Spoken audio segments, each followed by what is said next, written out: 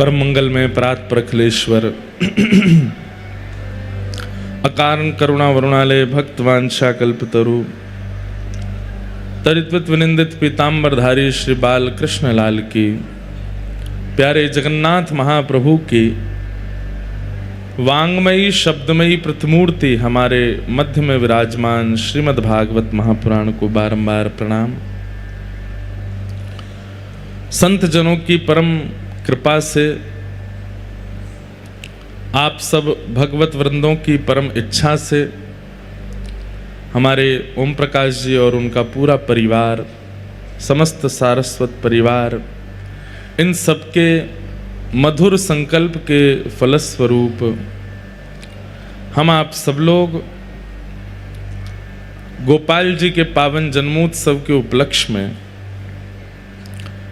श्री जगन्नाथ पुरी धाम में लीलाचल पर्वत के समीप महोदधि समुद्र नारायण भगवान के तट पर अविराजित होकर के मधुरतम भागवत कथा का रसस्वादन पान कर रहे हैं। ये हमारा परम सौभाग्य है।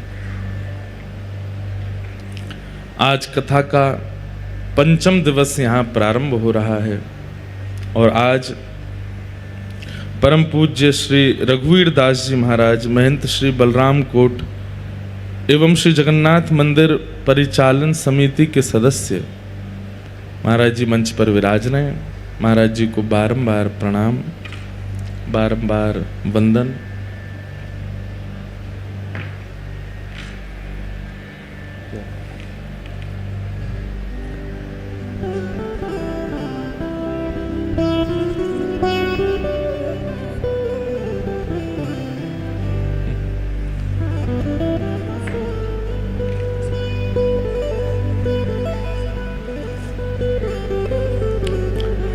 और अभी अभी हमारे श्री वैष्णव परंपरा के पूज्य महाराज जी उत्तर पारस मठ के श्री नारायण स्वामी जी महाराज भी अभी अभी पधारे हैं। महाराज जी को भी बारंबार प्रणाम। हमारे श्री वृंदावन बिहारी लाल जी के परम सेवायत पूज्य गोस्वामी जी महाराज भी विराजमान हैं, उन्हें भी बारंबार प्रणाम। साथ ही श्री शुभानंद जी महाराज का तो प्रथम दिन से ही आशीष कथा को प्राप्त हो रहा है, महाराज जी को भी वंदन। महाप्रभु जगन्नाथ जी की अति कृपा हम आप सब लोगों पर हुई है। कलिकाल के जीवों पर कल्याण करने के लिए महाप्रभु जगन्नाथ जी यहाँ विराजमान हैं। माता गुंडीचा के बार बार रोकने पर भी महाप्रभु जगन्नाथ जी कहते हैं कि मैं साल में एक बार मैया आपके पास आ जाऊंगा, लेकिन मुझे जगत उद्धार करने के लिए मंदिर में बैठना पड़ेगा। विचार कर सकते हैं आप कि ठाकुर जी मंदिर में प्रतिष्ठित अविराजित कोई भोजन करने के लिए नहीं है, कोई आपकी दान दक्षिणा लेने के लिए नहीं है। जो भी आपको प्राप्त है वो उन्हीं की कृपा है। केवल इसलिए विराजमान है कि हमारे किसी भी अंग का दर्शन करके जीवात्मा का उद्धार हो जाए। हमने एक बार कथा में बताया भी था, अभिषेक कहाँ है? वो एक श्लोक है ना जो महाप्रभु जी के नेत्रों के दर्शन से ये होता है, वो भेजो हमें। एक बहुत सुंदर श्लोक है। अगर किसी के कोई भी ग्रह खराब चल रहे हों, किसी की शनि की 7.5 चल रही हो, किसी का मंगल दोष चल रहा हो, किसी के कोई दोष चल रहे हो, उस व्यक्ति को नियमित रूप से जगन्नाथ जी का दर्शन करना चाहिए। और जरूरी नहीं है कि महाप्रभु जी का दर्शन आप यहीं आकर के करो। श्री जगन्नाथ रूप सबसे सुप्रसिद्ध स्वरूप है ठाकुर जी का पूरे भारत में। महाप्रभु जगन्नाथ जी का स्वरूप सबसे ज्यादा प्रसिद्ध है। दक्षिण से लेके उत्तर तक, पूर्व से पश्चिम तक कहीं भी ऐसा स्थान नहीं जहां महाप्रभु जगन्नाथ जी बैठे ना हो। किसी भी नगर शहर ऐसा कोई होगा नहीं जहां जगन्नाथ जी नहीं बैठे हों, सब जगह होंगे और सब इनके रूप को जानते हैं। आप किसी को एक बार को श्रीनाथ जी का चित्र दिखाओगे तो हो सकता है कोई व्यक्ति उनको ना पहचान पाए।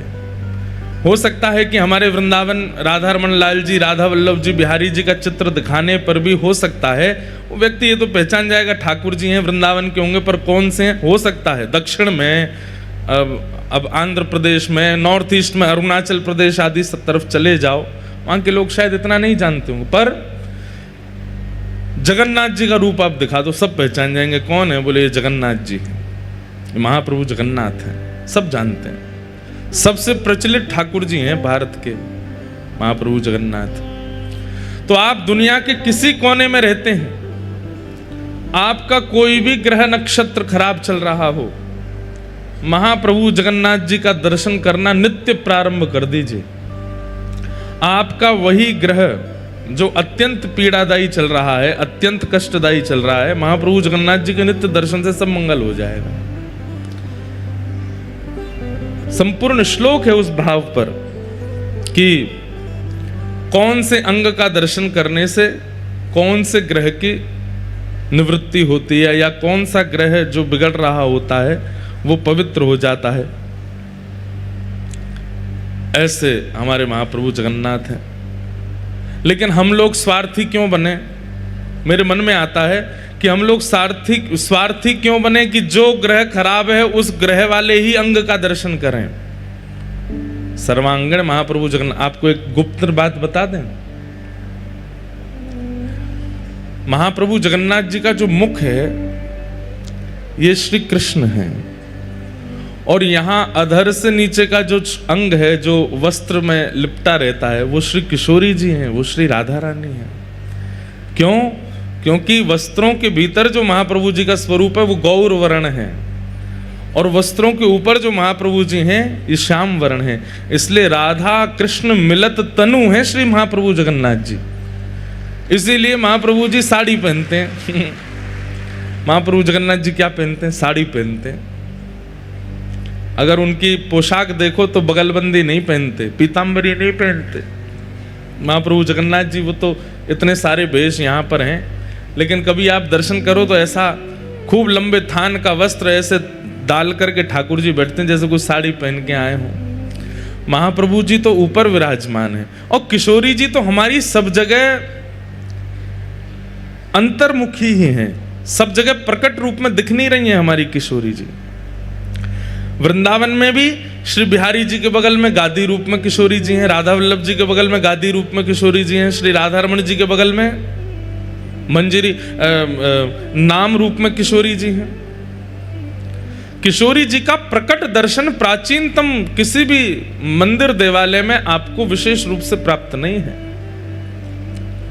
सब जगह किशोरी जी अंतर्मुखी हैं, घूंघट करके बैठी हैं। यहां किशोरी जी कहां है?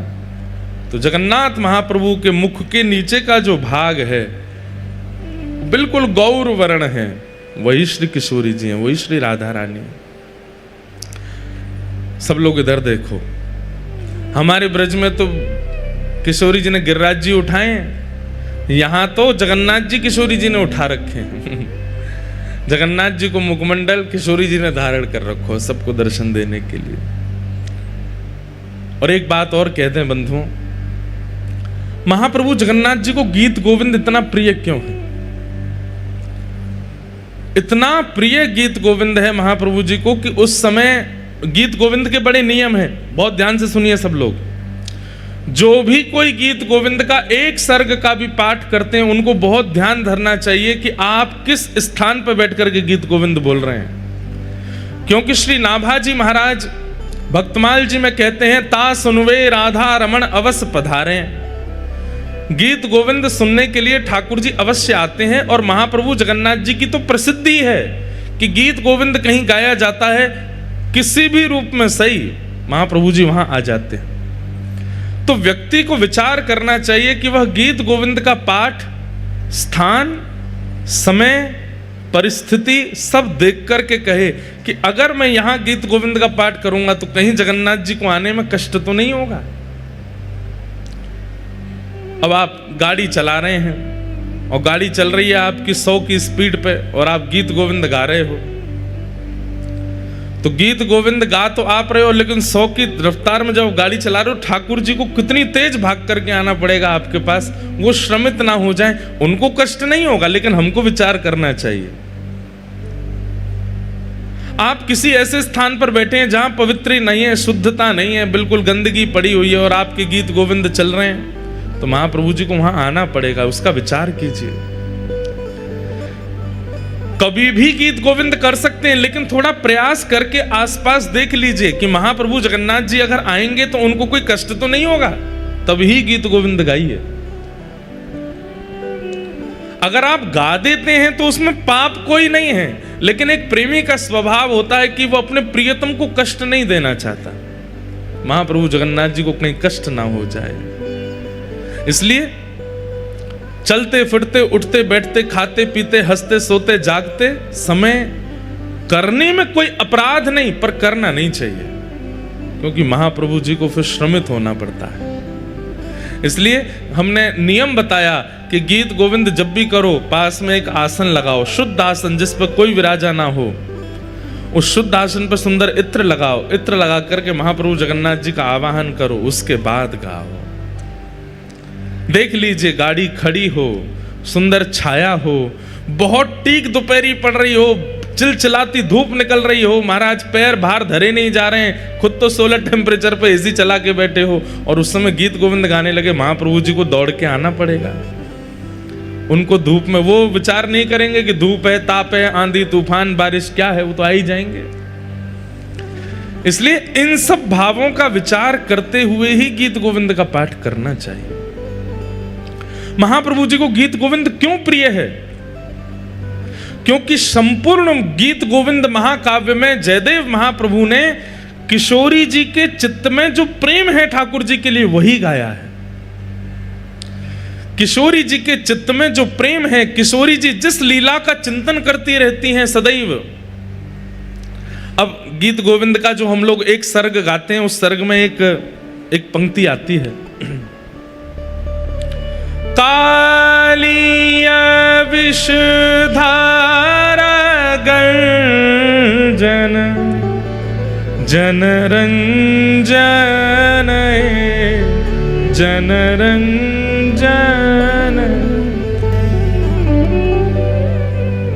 अब यहां पर क्या भाव है कि जब कालिया नाग के फण पर ठाकुर जी नृत्य कर रहे हैं, उस समय जन का रंजन हो रहा है, सब लोगों को सुख मिल रहा है। बहुत ध्यान से सुनिएगा, गीत गोविंद की एक एक पंक्ति उसमें एक लीला छुपी है, पर आचार्यों ने और गुरुजनों ने हमसे मना किया है कि गीत गोविंद का ज्यादा प्रवचन मत कीजिएगा। क्यों? क्योंकि गीत गोविंद में ऐसी अंतरंग अंतरंग बातें हैं कि उन बातों को सबको सुनाने का अधिकार नहीं है। इसलिए गीत गोविंद कथा आपको सुनाने के लिए, कीर्तन आपको सुनाने के लिए, भजन आपको सुनाने के लिए, कवच आपको सुनाने के लिए, पर गीत गोविंद महाकाव्य केवल ठाकुर जी को सुनाने के लिए होता है। वो ठाकुर जी सुनते हैं, आप उसको समझ नहीं पाएंगे। अब गीत गोविंद में क्या कहते हैं? बोले जब कालिया नाग के ऊपर ठाकुर जी ने नृत्य किया, उस समय जन का रंजन हुआ। अब इसका सीधा अर्थ तो यह है कि ब्रजवासी यमुना जल पान नहीं कर पा रहे थे, गैया जमुना जल पी नहीं पा रही थी, इसलिए ठाकुर जी ने कालिया नाग को भगा करके समस्त ब्रजवासी जनों का रंजन किया, आनंद किया। लेकिन इसके पीछे गुप्त कथा क्या है? गुप्त कथा यह है कि ठाकुर जी जब वंशी बजाते हैं और ठाकुर जी जब गान करते हैं, तब किशोरी जी नृत्य करते हैं। ठाकुर जी बहुत निपुण हैं नृत्य में, ऐसा अद्भुत नृत्य ठाकुर जी करते हैं कि ठाकुर जी के नृत्य को देख करके सब सहचरियां सखियां जो देख लेता है वो देखता ही रह जाता है ठाकुर जी को, ऐसा नृत्य ठाकुर जी करते हैं। लेकिन जैसे ही किशोरी जी नृत्य करना प्रारंभ करती हैं, तो ठाकुर जी अपना नृत्य भूल जाते हैं, किशोरी जी को देखते हैं। तब ठाकुर जी ने किशोरी जी के चरणों में प्रणाम करके कहा कि हे श्यामाजू, मुंह पे नेक कृपा करो। बोले कहा कृपा करें? बोले इतना बढ़िया आप नृत्य करो, जे नृत्य मोह को सिखाए दो। किशोरी जी से कही कि मोह को नृत्य सिखाए दो। श्यामा प्यारी श्याम को नृत्य सिखावे, श्यामा प्यारी श्याम को नृत्य सिखा। किशोरी जी ठाकुर जी को नृत्य सिखाती। गुरु और सिखाने वाले का एक स्वभाव होता है कि वो शिक्षा देने के बाद अपने शिष्य से कहता है कि अब जो मैंने सिखाया वो हमको दिखाओ, हमको बताओ, परीक्षा दो। तो ठाकुर जी ने नृत्य तो सीख लिया, लेकिन नृत्य सीखने के बाद में किशोरी जी से बोले, हे श्यामाजू ऐसे नहीं दिखाऊंगा। बोले तो? बोले काउदना बढ़िया वारो मंच मिलेगा वहां नाच के दिखाऊंगा आपको। तो किशोरी जी रोज प्रतीक्षा कर रही हैं कि कब मंच मिलेगो, कब मंच मिलेगो। जैसे ही ठाकुर जी ने कालिया नाग को यमुना जी से बाहर निकाला, यमुना जी से बाहर निकालते ही ठाकुर जी ने जैसे ही अपने चरण धरे हैं, चरण धरते ही ठाकुर जी के मन में भाव आयो, या तो बढ़िया मंच नहीं मिलेगा, बढ़िया गुदगुदो सो मंच है, जहां चरण धरो वही मुख नीचे है जाए। अपने 1000 फन खोल लिए कालिया नाग ने। ठाकुर जी बोले, या तो बढ़िया मंच नहीं मिलेगा, वर्सेटाइल मंच है, बिल्कुल गुदगुदो है। तो बाकी ब्रजवासी तो व्याकुल हो रहे थे। यशोदा मैया ने जब देखी नाग के ऊपर लाला चढ़ गया तो मैया तो मूर्छित है के गिर गई वहीं पे। अरे मधुमंगल सीता मैया उतार के लाओ, जिस सांप के ऊपर चढ़ गो है। ब्रजवासी तो व्याकुल हो रहे थे। तो फिर जयदेव महाप्रभु ने ये क्यों कहा कि जन रंजन है, ये सबको सुख मिल रहा है, यहां तो सब दुखी हो रहे हैं। नंद बाबा, यशोदा मैया, बलभद्र जी सब चिल्ला चिल्ला के लाला नीचे उतरिया। अरे सांप के फने लाला खा जाएगा तो नीचे आ जा। पर ठाकुर जी तो कूद कूद कर नृत्य कर रहे हैं। कालिया विषधर गंजन जन रंजन यदुकुल नलिन दिनेश जय जय देव हरे। तो ठाकुर जी कालिया नाग के ऊपर नृत्य कर रहे हैं। उस समय किसका जनरंजन हो रहा है? किशोरी जी का रंजन हो रहा है। और किशोरी जी पीछे खड़ी खड़ी मंद मंद मुस्कुरा रही हैं। आहा, ठाकुर जी ज्यों ज्यों चरण धरते हैं ब्रजवासियों के तो प्राण हलक में आ जाते हैं। ऐसी बड़ी जीव निकार है कालिया नाग। लेकिन किशोरी जी तो ताल दे रही हैं, जैसे कोई गुरु दूर खड़े होकर के ताल देता है, ऐसे किशोरी जी ताल दे रही हैं और ठाकुर जी नृत्य कर रहे हैं। भगवान की इन अंतरंग लीलाओं को, इन रसमयी लीलाओं को प्रकट किया है श्री जयदेव महाप्रभु ने गीत गोविंद महाकाव्य में।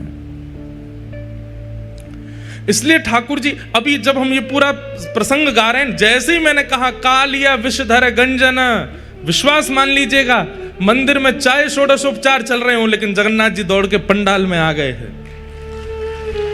तुरंत ठाकुर जी आ जाते हैं, अरे कोई गीत गोविंद सुना रहे है। इसीलिए हमने विस्तार से पूरा पद गा दिया कि महाप्रभु जी इतनी दूर से आए तो थोड़ी देर सुन के तो जाएं।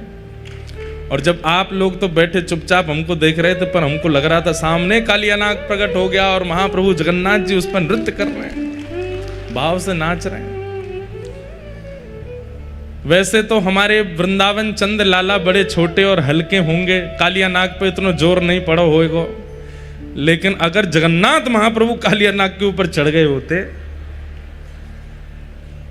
नृत्य वृत्य तो खत्म, वो मैं ही मर जाता हूं। ऐसे भारी भरकम दाल भात खा खा के ऐसे तगड़े है गए ठाकुर जी। इसलिए ठाकुर जी को गीत गोविंद बहुत प्रिय है। ये महाकाव्य ठाकुर जी को अति प्रिय है।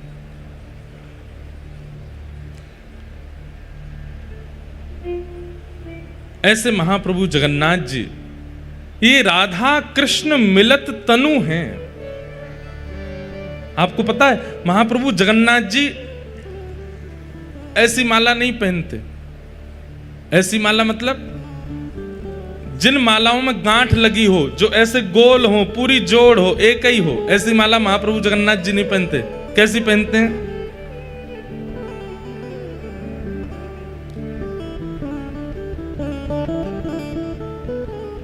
ऐसी माला पहनते हैं जो खुली हुई हो, जिनमें गांठ ना लगती हो।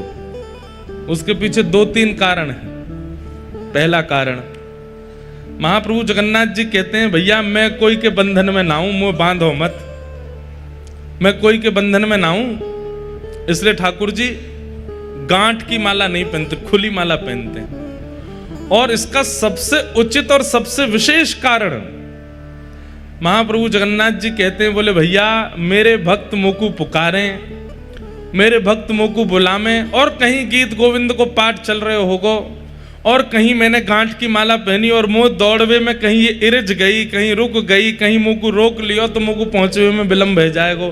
ऐसी माला पहनाओ कि तुरंत ने एक झटका में ही उतर जाए और मैं दौड़ के जाऊं अपने भक्त की रक्षा को। इसलिए ठाकुर जी ऐसी पहनते हैं। चैतन्य महाप्रभु, आप लोग सब जाते हैं मंदिर दर्शन करने के लिए, तो गरुण स्तंभ जहां पर श्री गरुण जी विराजमान हैं, उनके पीछे देखेंगे बड़ी भीड़ लगती है, वहीं से लोग घूम घूम के जाते हैं दर्शन। उसकी महिमा स्कंद पुराण में है। मैंने एक दिन कहा था कि गरुण जी आचार्य हैं, आचार्य सन्निधि में आप दर्शन करोगे तो ही महाप्रभु जी आपको देखेंगे। बिना गरुण जी के अगर आप दर्शन करने के लिए गए तो आप जगन्नाथ जी को देखोगे, जगन्नाथ जी आपको नहीं दिखेंगे, आपको नहीं देखेंगे, क्योंकि जगन्नाथ जी तो आचार्यों को देखते हैं, और आचार्यों की सन्निधि में जो होता है उस पर दृष्टि अपने आप पड़ जाती है। भाई इत्र किसी ने लगा रखा है, आप उसके गले लग जाओ तो थोड़ी सुगंधी आप में भी आ जाएगी ना। आचार्य जन, गुरुजन, ये सब तो इत्र लगा करके आए हैं, इनकी सुगंधी तो सबको सुगंधित करती है। पर कई बार इत्र लगाए व्यक्ति के साथ चल रहा होता है ना व्यक्ति, तो हम लोगों को भ्रम हो जाता है, पता नहीं दोनों में से किसने इत्र लगाया, हो सकता है साथ वाले ने इत्र लगाया हो।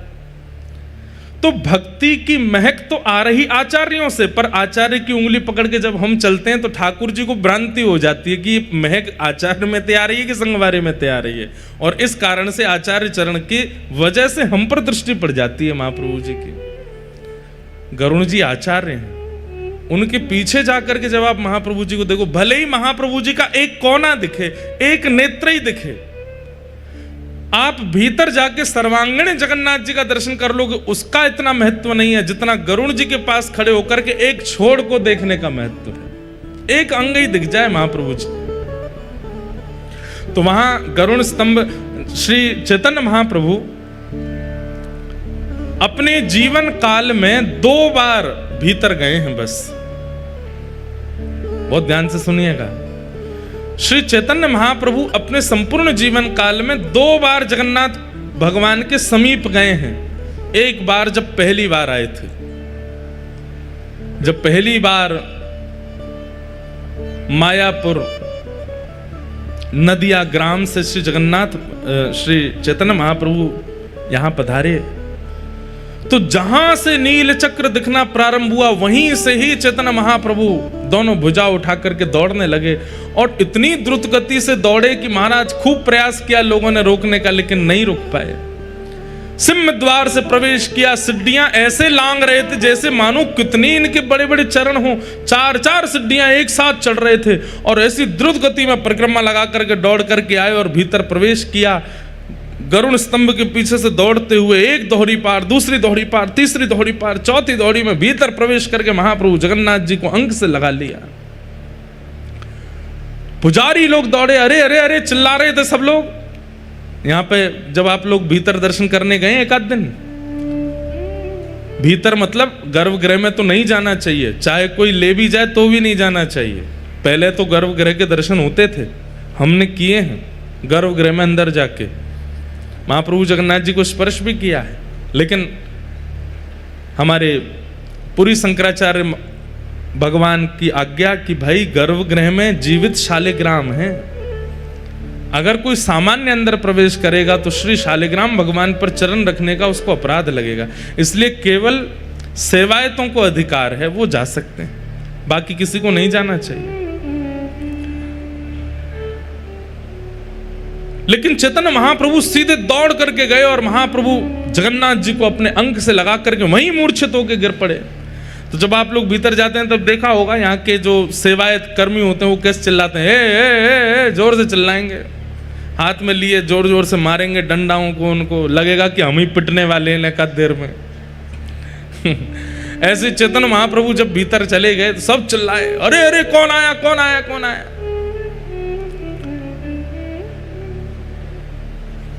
सब लोगों ने देखा तो भावावेश में पड़े हैं, नेत्रों से अश्रु नहीं सर्वांगण अंग से अश्रुपात हो रहे थे।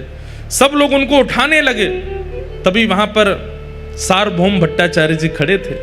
उन्होंने कहा रुको रुको रुको, स्पर्श मत करो, देख नहीं रहे हो, प्रेम के अष्ट लक्षण इनके अंग में से प्रकट हो रहे हैं। शरीर कांप रहा है, आंखों से अश्रुपात हो रहे हैं, इनकी आत्मा इनमें है पर इनका ध्यान यहाँ नहीं है, इनके नेत्र ऊपर की ओर चढ़ गए हैं, ये प्रेम की अवस्था में पहुंच गए, आप इनको कैसे उठा सकते हैं? तब महाप्रभु भीतर गए। उसके बाद फिर सार्वभौम भट्टाचार्य जी अपने घर ले गए, सब उनके सेवक गण आ गए। उसके बाद महाप्रभु जी ने सदा गरुण स्तंभ के पीछे से ही दर्शन किया। आज भी वहां 3 उंगली दीवार पर बनी हुई है महाप्रभु जी की।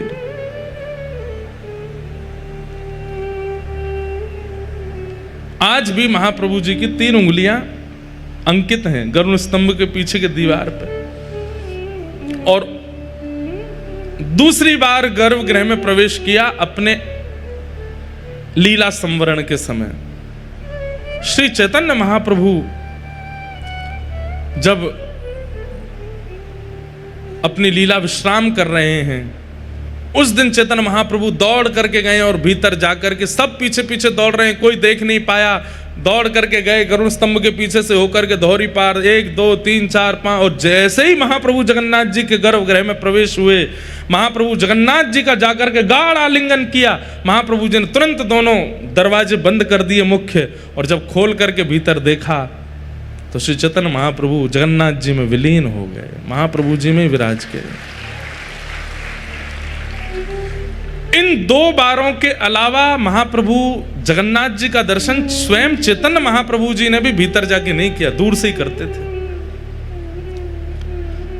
बाकी सब जगह तो हमारा भी मन होता है कि पुजारी लोग हमको भीतर ले जाए खींच के, लेकिन पता नहीं जगन्नाथ जी में ऐसी इच्छा होती है। खूब हमारे सब मित्र हैं, सब हमारे सेवायत ले जाते हैं कहीं ना कहीं से, लेकिन मन होता है कि पीछे से ही दर्शन करें, जहां से हमारे आचार्यों ने किए वहीं से ही दर्शन करें महाप्रभु जी का। तो श्री चैतन्य महाप्रभु गरुड़ स्तंभ के पीछे खड़े होकर के वो कैसे दर्शन करते थे, ध्यान से सुनो। अब भीड़ तो बहुत होती है, आप लोगों को भी लगता होगा किसी के कंधा पे चढ़ जाए, कोई स्टूल दे दे, नेक तो दिख जाए जगन्नाथ जी। एक छलांग मारो, एक बार में जितने जगन्नाथ जी दिख जाएं उतने जगन्नाथ जी को नेत्रों में बंद करके मंदिर से निकल के बाहर आ जाओ और कहीं एकांत में बैठ करके नेत्र बंद करके फिर उस सर्वांगीण अंग का चिंतन करो। जगन्नाथ जी के दर्शन की विधि है। जो थोड़े से दिखें बस उन्हीं को ही बार बार पुनः पुनः पुनः पुनः वही देखते रहो नेत्रों में। और चैतन्य महाप्रभु क्या करते थे, उस छवि को नेत्रों में धारण करके फिर मानसी सेवा करते थे जगन्नाथ जी की। कैसी सेवा? आओ जगन्नाथ जी, आपके लिए मैं सुंदर मलाई लाया हूं, लो मेरे हाथ से पाओ। आहा, महाप्रभु जगन्नाथ जी मुख खोल करके पा रहे हैं। महाप्रभु जगन्नाथ जी को आसन लगाया है, उस पर बैठाया है, कुछ चर्चा कर रहे हैं, महाप्रभु जी उसका उत्तर दे रहे हैं। कभी आरती करते हैं, कभी नैवेद्य पधराते हैं, कभी बलैयां लेते हैं, कभी कुछ करते हैं। तो चैतन्य महाप्रभु बंगाल से आए थे, उनको पता तो उनको सब था, लेकिन लीला करनी थी। तो ऐसी ही गांठ की माला बना करके जैसे ही महाप्रभु जी को पधराई, माला टूट के अपने आप गिर गए मानसी में। चैतन्य महाप्रभु बोले, ये माला क्यों गिर गई? कोई नहीं ठाकुर जी, मैं दूसरी माला लाऊं। फिर से बगीचा में गए, मानसी में ही, वहां से सुंदर पुष्प चयन करके लाए, फिर से माला बनाई, बना करके जैसे ही महाप्रभु जी को मारे फिर टूट के गिर गई। अब कोई 10-5 फूलों की माला तो बनती नहीं है जगन्नाथ जी की, कम से कम नहीं तो 400-500 पुष्प लगते होंगे तब एक माला बनती होगी, इतनी विशाल माला पहनते हैं। चैतन्य महाप्रभु बोले, इतनी देर हो गई, आप माला धारण क्यों नहीं कर रहे हैं? यहाँ पूरे बगीचा के बगीचा खत्म होते जा रहे हैं, आप माला क्यों नहीं पहन रहे? मानसी में कर रहे हैं सेवा। तो मानसी में बैठकर के महाप्रभु जी चिंता कर रहे हैं कि जगन्नाथ जी माला क्यों नहीं पहन रहे हैं। तो यहाँ 5 सखा हैं श्री जगन्नाथ जी के। कल हमने एक सखा की चर्चा सुनी, श्री बलराम दास। ऐसी एक सखा और हैं, उनका नाम है श्री जगन्नाथ दास। तो वो जगन्नाथ दास जी बाहर घूमते घूमते आए और चैतन्य महाप्रभु के बगल में बैठ करके बोले, आपकी मालाएं बार बार इसलिए टूट रही हैं क्योंकि आप गांठ बांध रहे हो, गांठ खोल करके पहना दीजिए, जगन्नाथ जी धारण कर लेंगे। तो चैतन्य महाप्रभु को यह चिंतन हुआ कि मेरे मानसी में मैं क्या सेवा कर रहा हूं, इसको कैसे पता? मैं अपनी मानसी में माला बना करके पहना रहा हूं, ये इसे कहां से दिख रहा है? पूछने लगे भाई तुम कौन हो? बोले पहले माला पहनाओ फिर बताऊंगा। चैतन्य महाप्रभु ने फिर माला बनाई और उसमें गांठ नहीं लगाई। जैसे ही महाप्रभु जी को धारण कराई, श्री जगन्नाथ महाप्रभु जी ने माला स्वीकार कर ली। अब आरती नैवेद्य करने के बाद में जैसे ही आंख खोल कर दे, भैया तुमको कैसे पता कि हमारी मानसी में क्या चल रहा है? बोले क्योंकि मैं भी यहाँ मानसी में दर्शन करता हूँ जगन्नाथ जी के। तो मैं मानसी में जब अंदर बैठ करके महाप्रभु जी को देख रहा था तो बार बार आप आकर के माला पहना रहे थे, ये मुझे दिख रहा था मेरी मानसी में। मेरी मानसी में ये दिख रहा था कि आप बार बार आके माला पहना रहे हैं और वो माला टूट टूट करके गिर रही है। इसलिए महाप्रभु जगन्नाथ जी ने मुझे आज्ञा की कि ये बंगाल से आए हैं, अभी इनको यहाँ की रीति पता नहीं है, आप इनको बता दीजिए कि माला बांध के नहीं खोल के पहना है। क्यों? मेरा भक्त कहीं से पुकारेगा तो मुझे दौड़ के जाने में कोई बंधन ना हो जाए। महाप्रभु चैतन्य महाप्रभु जी ने उन जगन्नाथ दास जी को हृदय से लगा लिया, अत्यंत नेत्र सजल हो गए। क्यों?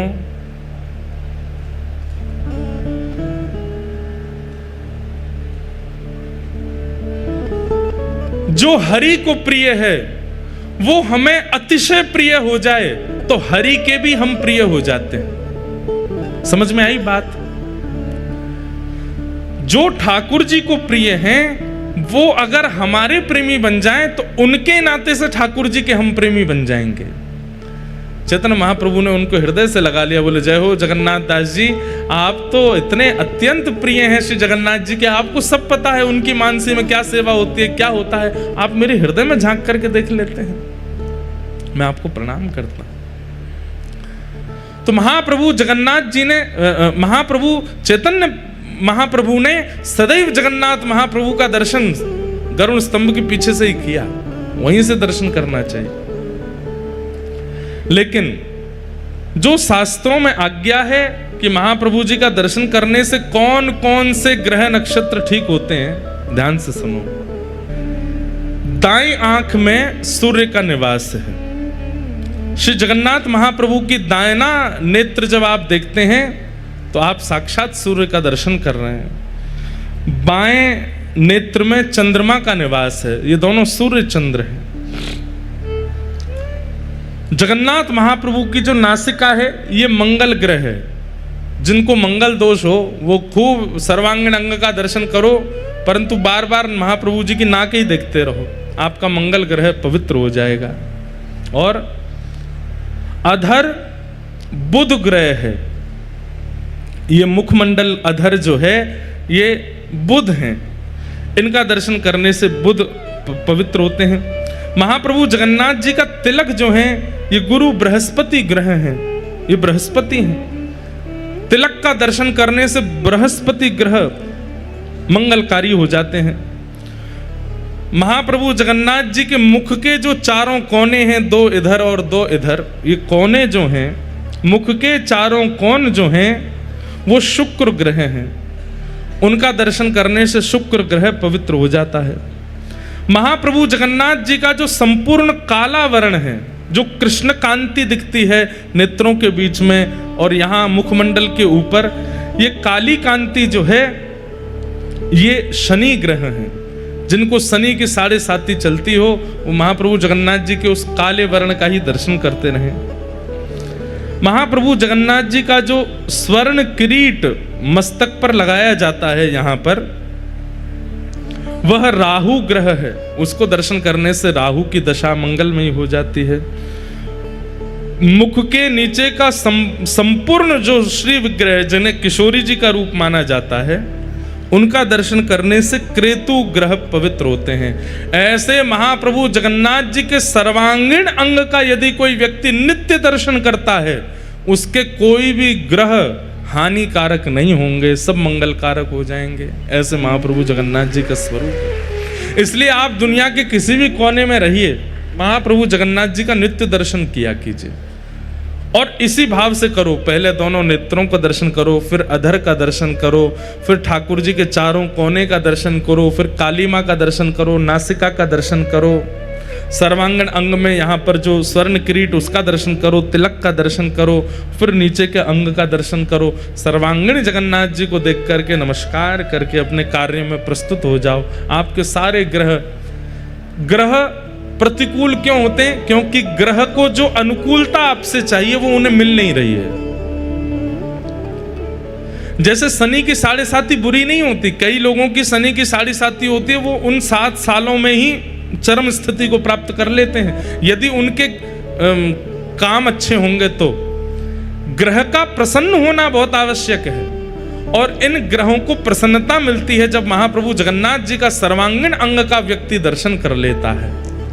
ग्रह सब अनुकूल हो जाते हैं। ग्रह कहते हैं भैया इसको काय को परेशान करें, काय को दुखी करें, छोड़ो याकू, ये जगन्नाथ जी को है को याकि सब मंगल मंगल करो। तो ऐसे महाप्रभु जगन्नाथ जी हैं, उन्हें हम बारंबार प्रणाम करते हैं। बोलो महाप्रभु जगन्नाथ की। नंदस्त्वात्मज उत्पन्ने जाता ह्लादो महामना, आहूय विप्रान् वेद ज्ञान स्नातः सुचिरलंकृतः, वाचयित्वा स्वस्तेनं जात कर्मात्मजस्य वै, कारयामास विधिवत् पितृदेवार्चनं तथा। नंद बाबा के लाला भयो है। कल तो कितने आनंद आए भैया, जो लोग आज आए हैं कल नहीं आए थे, अब हम उनको क्या बताएं कि कल उन्होंने क्या गवा दिया।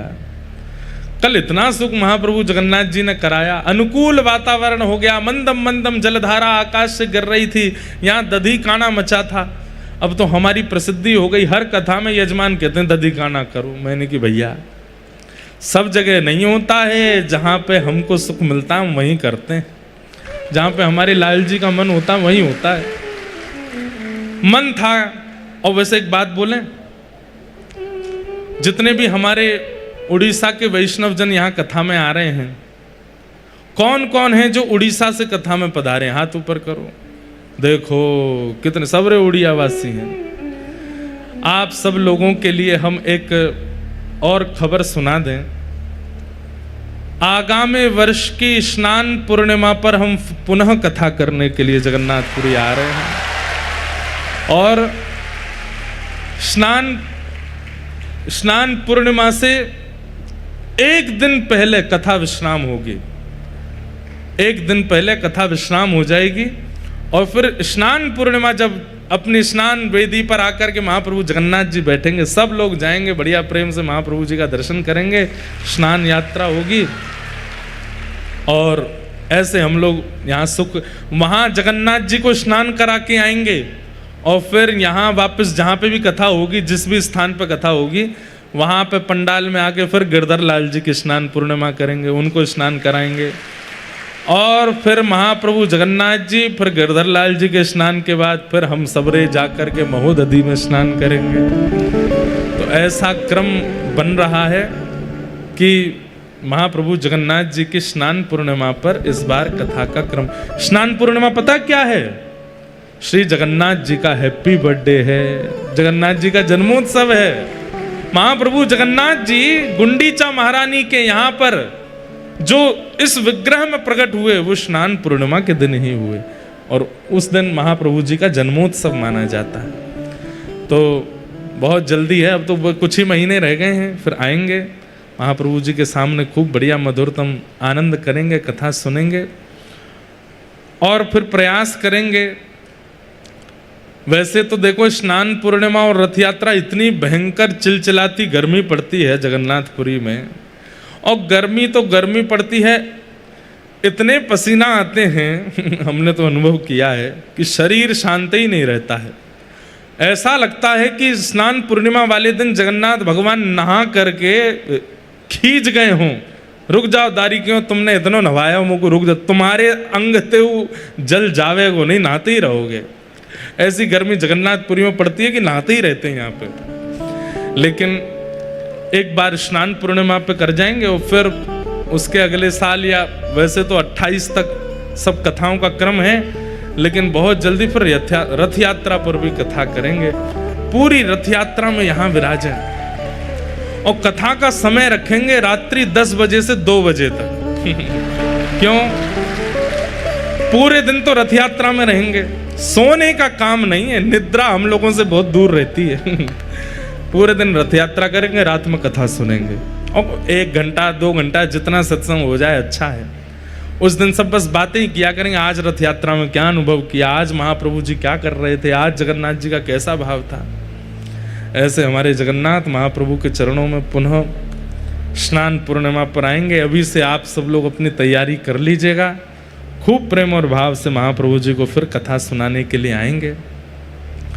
नंद बाबा के लाला भयो, सब ब्रजवासी आनंद में भर गए और आनंद में भर करके नंद रानी यशोदा को बधाई दे रहे हैं, मैया यह धन धर्म ही ते पायो, नीके राख यशोदा मैया नारायण घर आयो। अरे मैया तेरे घर साक्षात नारायण आए हैं, या तू नीके राख, नीके मतलब संभाल के रख मैया। ठाकुर जी जैसे ही 6 दिना के भय पूतना आई, भगवान ने पूतना के पयोधर का पान करके पूतना का मर्दन कर दिया। बंधुओं अभी खरगोन में कथा चल रही थी, इतना सुंदर भाव आया। हमारे पूज्य नाना जी बताते कि पूतना मर्दन से सब लोगों के चित्त में एक भावना तो आ गई कि बताओ जन्म लेती 6 दिना में राक्षसी आ गई, पर वास्तविकता में पूतना माध्यम बनाई थी ठाकुर जी ने। क्यों? अब सुनो, लाला प्रकट भये और इतने सुंदर हैं, इतने सुंदर हैं, ऐसा लगता है कि कोई कपड़ा में लपेट करके नील मणि लेकर के यशोदा मैया घूम रही है। नीली नीली कांति प्रकट होती है ठाकुर जी में से। कहां तक कहें, नंद बाबा को भी हाथ पांव जोड़ने पड़ते हैं। यशोदा मैया तब नेक मुख दिखावें, छुपा के रखती है, मैं लाला को नहीं दिखाऊंगी। सब ब्रजवासी बाहर चिल्ला रहे हैं, रो रहे हैं, मैया हमको दर्शन करा दे, लाला एक बार तो दिखाई दे कैसो है। तो मैया अटारी पे गई और अटारी पे जैसे ही लाला को लेकर के आई, महाराज ब्रजवासी बावड़े है गए, बोले मैया जल्दी वस्त्र हटाए दे, लाला को ऐसे करके दिखाए दे। तब मैया ने नेक वस्त्र हटा के केवल ठाकुर जी के चरण दिखाए, मुख तब भी नहीं दिखाया। चरण देख करके जैसे ही छिपा करके मैया भीतर ले गई, ब्रजवासियों को तो ऐसा लगा अत्यंत प्यास में केवल 4 बूंद पानी पिलाई करके पानी हमसे छीन लियो। अब तो और व्याकुल हो गए। ब्रजवासी गा भी रहे, नाच भी रहे और रो भी रहे। क्यों? मैया दर्शन नहीं करा रही लाला को। क्यों? यशोदा मैया कह रही है, इतनो प्यारो, इतनो सुंदर, इतनो मधुर है मेरो लाला, मैं कोई को नहीं दिखाऊंगी, नजर लग जाएगी मेरे लाला को। लेकिन फिर भी हर जगह वीवीआईपी लोग होते ही हैं, वो कहीं ना कहीं से जैक लगा करके भीतर पहुंचे ही जाते हैं। नंद बाबा के उस काल में भी कुछ लोग चले गए भीतर, और कुछ लोग नहीं, बहुत लोग चले गए जो लाला का दर्शन कर आए। अब लाला का दर्शन करके बाहर आने वाले लोग, अब जिनको दर्शन नहीं हुआ वो उनको चिढ़ावे, अरे नेत्र तो लाला के ऐसे हैं, कान तो ऐसे हैं, नासिका तो ऐसी है, होठ तो ऐसे हैं, लाला की उंगलियां तो ऐसी हैं, पाम तो ऐसे हैं। तो जिनने दर्शन नहीं किए बेचारे और रो में, और सब रो रो करके यशोदा मैया कह रहे, मैया हमें दर्शन कराए थे। चलो गोपी ग्वालों को तो कभी ना कभी ठाकुर जी दिखे ही जाएंगे। नंद बाबा ने एक व्यवस्था कर दी, भाई धीरे धीरे भीतर जाते जाओ, लाला के दर्शन करते जाओ। सबको दर्शन का सुख भी मिल गया, लेकिन उस समय व्याकुल हो गई कौन? नंद भवन की गैया। गौशाला में बैठी भाई गैया सब रुदन करने लगी, बोले ये मानव कितने निष्ठुर हैं, सबरे भीतर जाए जाए करके लाला को दर्शन कर रही हो, हम गैया हमारे सामने भूसा रखो, रोज सानी कर जामे, गैया बस भूसो खाती रहो, दूध देती रहो। अरे हम दर्शन करने लाला के, हम कैसे जामे? तो कहते हैं चौथे दिन में तो ब्रजवासियों को दर्शन लाभ मिल गया, तो 5वें दिन गैया रम्माने लगी। गैया रम्मा रम्मा करके गोपाल जी से कहने लगी, लाला हमें दर्शन दो, हमें दर्शन दो, हमें दर्शन दो। ठाकुर जी बोले, अरे मेरी प्यारी गैया इतनी व्याकुल है रही है, इनको मैं दर्शन कैसे दूं? तभी ठाकुर जी को पता चली पूतना आ रही है। भगवान बोले, आ जा, यही को माध्यम बनाऊंगा। और छठवें दिन जैसे ही पूतना आई, सुंदरी बनकर के आई, भगवान को पयोधर पान कराने लगी, तो ठाकुर जी ने प्राणी शमम रोष समन्वितो पिबत, जैसे ही पूतना के प्राण पीने शुरू किए, तो राक्षसों का एक स्वभाव होता है, वो कितना भी रूप बदलें, प्राण पीते ही वो अपने आकार और अपने स्वरूप में प्रकट हो जाते हैं। भगवान ने जैसे ही प्राण धीरे धीरे पीने शुरू किए, पूतना की सुंदरता चलती चली गई, उसका कद बढ़ता चला गया, इतना कद बढ़ गया कि नंद भवन में आ नहीं पा रही थी। तभी वो बाहर निकलने का मार्ग ढूंढने लगी, तभी पीछे के मार्ग से बाहर निकली, विशाल विकराल रूप धारण कर लिया पूतना ने। और जैसे ही विशाल पूतना बनी है, पयोधर पर ठाकुर जी लटके हैं, तो दूर दूर तक जितने लोगों ने ठाकुर जी का दर्शन नहीं किया था और गौशाला में बैठी गैयाओं ने दर्शन नहीं किया, सब ने नेत्र उठा करके देखा और गोपाल जी के सबको दर्शन हो गए थे, सबको दर्शन हो गए। ठाकुर जी की प्रत्येक लीला में एक रहस्य छिपा है। पूतना मारना विशेष नहीं था। ठाकुर जी बोले ऊंची सिड्डी चाहिए मुझको, कहां जाऊं, कोई ऊंची मंजिल वाली इमारत चाहिए जहां ते मैं सवन को दिख जाऊं, तो बोले लग जाए, यही को बनाऊं। तो उसके प्राण पी करके इतनी विशाल कर दी पूतना कि ठाकुर जी उसके पयोधर पर लेटे हुए हैं और वहीं से गैया दर्शन कर रही है, नेत्रों से अश्रुपात कर रहे हैं। जितनों को ठाकुर जी के दर्शन नहीं हुए, सब ने ठाकुर जी देख लिए उस दिन। पूतना मरी, मरने के बाद जब सब ब्रजवासी गए, तो लाला को लेकर के सब ब्रजवासी के मन में आई कि लाला को नजर तो नहीं लग गई होगी। अरे मैया तुम्हारे लाला को नजर लग गई होगी। बोले कहाँ करें, कोई वैद्य के पास चलें, कोई ओझा के पास चलें। बोले वैद्य ओझा के पास कहाँ जानो, हमारे ब्रजमंडल की सबसे बड़ी वैद्य तो गैया है, गैया के पास चलो। और गौशाला में उस दिन पहली बार श्री गोपाल जी का प्रवेश हुआ है। इसलिए ठाकुर जी का छठी उत्सव जो लोग मनाते हैं, उनसे हमारी प्रार्थना, घर में मत मनाओ, मंदिर में मत मनाओ, आंगन में मत मनाओ, गैया की गौशाला में जाके मनाओ, क्योंकि ठाकुर जी की छठी उत्सव गौशाला में मनी है। ठाकुर जी ने छठे दिन पहली बार गौशाला में प्रवेश किया, नंद भवन से और कहीं नहीं गए, गौशाला में गए। और वहां जाकर के क्या हुआ तो वर्णन करते हैं, गौमूत्रेण स्नापित्वा पुनर्गौरज सार्वकम। गौमूत्र से ठाकुर जी को स्नान कराया गया। मतलब ठाकुर जी क्षमा प्रार्थी हैं, गैयाओं से कह रहे हैं अरे गैया जे सबरे ब्रजवासी मेरो दर्शन कर ले गए, सबरे मानव मेरो दर्शन कर ले गए, पर मेरी वास्तविक मैया ने मेरो दर्शन नहीं कियो। मैं तुमको दर्शन देवे आया हूं। और जब हम किसी के सामने कृतज्ञ होते हैं तो क्या करते हैं, दीन बनते हैं। बहुत ध्यान से सुनना, हम किसी के सामने जब कृतज्ञ होते हैं तो हम दीन बनते हैं। जैसे किसी ने हम पे बहुत बड़ा उपकार किया और हम रिटर्न में उसको धन्यवाद नहीं कह पाए, तो वर्षों बाद वो व्यक्ति मिलता है तो हम क्या करते हैं, अरे भैया आपने हमारी बहुत, हम आपसे कुछ हम तो दे भी नहीं पाए, आपके चरण छूते हैं, आपको प्रणाम करते हैं। इसको कृतज्ञता कहते हैं। तो ठाकुर जी गैयाओं के सामने अति कृतज्ञ हो गए और अति कृतज्ञता के रूप में ठाकुर जी ने क्या किया, बोले इनके मूत्र से मुझे स्नान कराओ। गौमूत्रेण स्नापित्वा, ठाकुर जी ने मूत्र से स्नान किया और गौमूत्र से स्नान करने के बाद पुनर्गौरज सार्वकम, गैया के चरणों की रज उठा उठा करके गोपियां। अब देखो गोपियां तो अपने मन से क्रिया कर रही हैं, पर वास्तविक में गोपियों का मन नहीं है, ये ठाकुर जी की योजना है। गोपियां कह रही मैया गौमूत्र से स्नान है, अब लाला को नजर नहीं लगेगी। तब दूसरी गोपी बोली अरे ना मैया, मेरा तो मन ऐसा कहवे, लाला की प्रत्येक उंगली प्रत्येक अंग में गैया की रज और लगाओ, जितनी अलाए बलाएं नजर होंगी सब चली जाएंगी।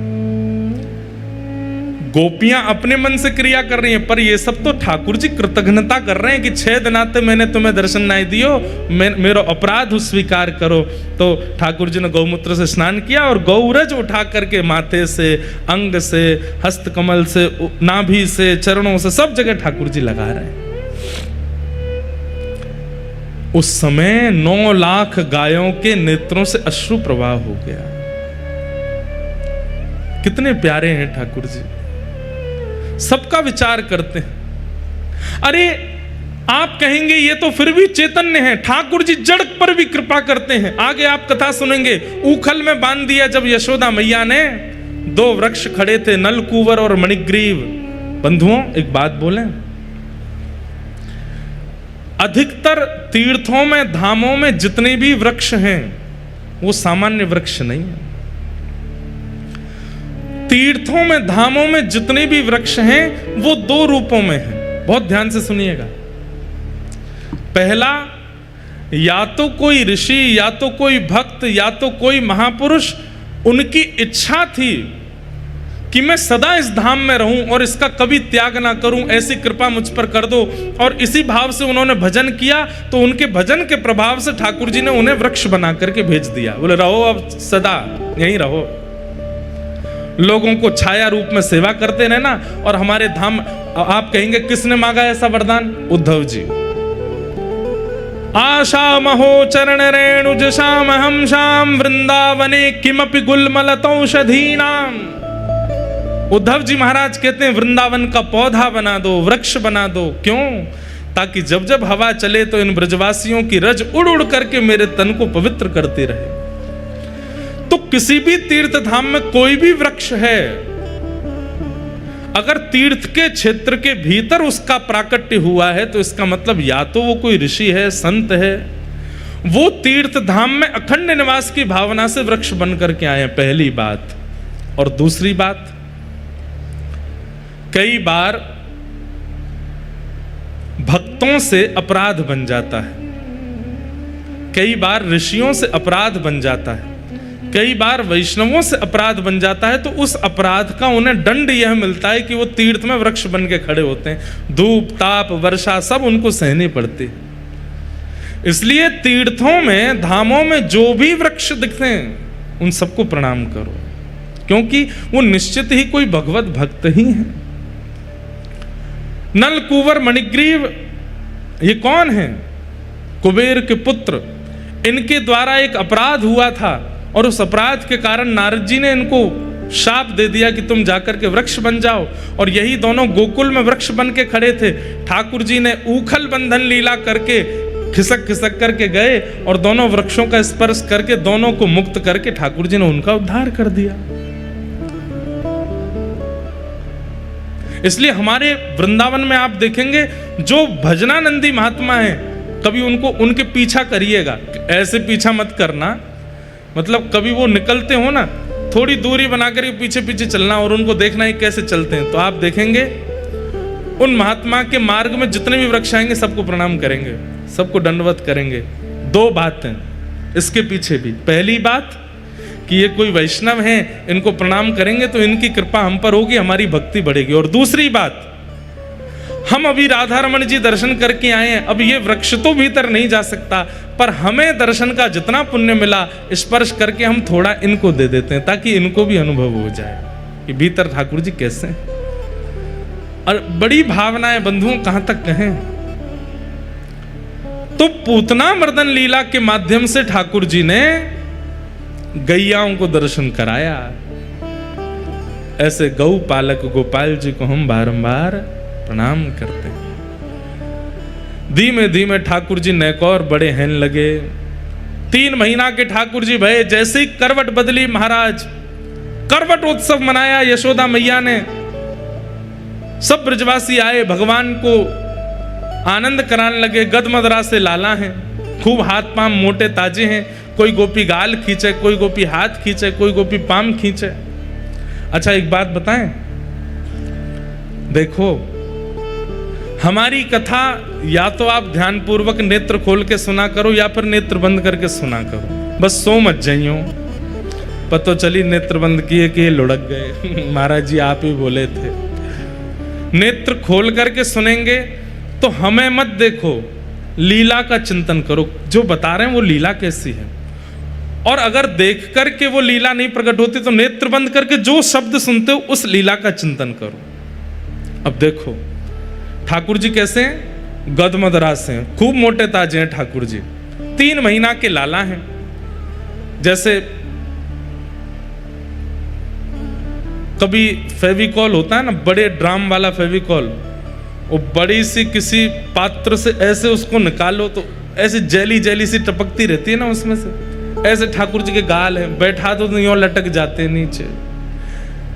ठाकुर जी के हाथ उठाओ तो यहां से यूं लटकते हैं महाराज, गद मदरा से लाला है, इतने प्यारे लगते हैं कि क्या कहें। उसमें भी यशोदा मैया वस्त्र नहीं पहनाती लाला को। क्या पहना में? बोले कंठ में ने एक सुंदर सी सोने की आभूषण पहना दिए, बीच में यहाँ बगनखा पहनो है, एक माला पहनी है, एक कौंधनी पहनी है, पामन में सोने के कड़ूला हैं, हाथन में बस इतना ही श्रृंगार है लाला को। वस्त्र नहीं पहनते ठाकुर जी, स्वर्ण आभूषण पहन करके। और वो स्वर्ण आभूषण भी कैसे हैं? प्रत्येक आभूषण में छोटे छोटे धुनी आती है, ध्वन निकलती है, छोटे छोटे घुंघरू हैं सबरे आभूषणों में। तो ठाकुर जी उनको बजाते रहते हैं, बैठे बैठे सुख लेते रहते, खेलते रहते हैं अपने आभूषणों से। ऐसे मैया ने आभूषण बनवाए। नील वर्ण के ठाकुर जी हैं, और जैसे ही गोपियां आकर के लाला के ऐसे गाल पकड़ करके नेक खींचे, सोई गाल लाल पड़ जाते हैं, तो ऐसा लगता है नील सरोवर में कमल प्रकट हो गए हों। और जहां जहां गोपियां पकड़ती हैं लाला को, नेक पकड़ करके खींचे, तो वहां वहां गुलाबी हो जाते हैं। तो नील सरोवर तो श्याम सुंदर, और गुलाबी गुलाबी उनमें पुष्प प्रकट है गए हों, देख करके गोपियों का मन हरण हो जाता है। लेकिन गोपियों को तो सुख मिलता है, ठाकुर जी रोने लगते हैं। कोई गाल खींच रहा, कोई हाथ खींच रहा, कोई पाम खींच रहा। तो मैया लाला को उठा करके ले जाती है, एक बैलगाड़ी के नीचे सुवाए दे। सब रे आए करके छेड़े मेरे लाला, यहां सोवे को लाला। जैसे मैया भीतर गई, ठाकुर जी ने अपना पैर बड़ा करके महाराज पाद प्रहार किया, बैलगाड़ी गिर गई और उसी के ऊपर सक्टासुर का वध हो गया। ब्रजवासी सब दौड़े, लाला को जाकर के उठायो।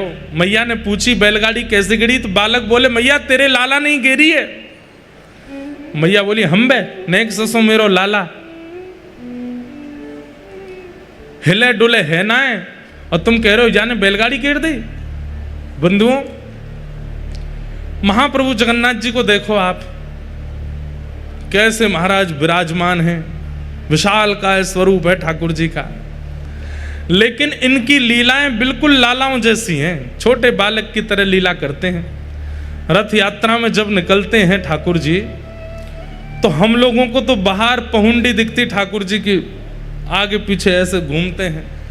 लेकिन जहां कैमरा भी नहीं जा पाते भीतर, हमको सब सेवायत जन बताते हैं, बोले कि महाप्रभु जगन्नाथ जी जब ऊपर से नीचे आते हैं श्री मंदिर से, तो जितनी सीढ़ी हैं उन पे खिसक के नहीं आते हैं। तो कैसे आते? बोले कूद कूद के आते हैं। एक सीढ़ी कूदते हैं, फिर दूसरी सीढ़ी पे कूदते हैं, फिर तीसरी सीढ़ी पे कूदते हैं। और जब महाप्रभु जगन्नाथ जी कूदते हैं, तो जैसे पत्थर के नीचे गिरने पर धमक होती है, ऐसी धमक होती है।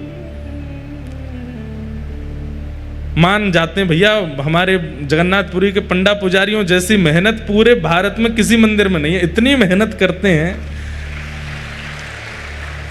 लेकिन मन में भाव आता है 500, 600, 700 पुजारी लग करके सेवा करते हैं, तब महाप्रभु जी की सेवा होती है।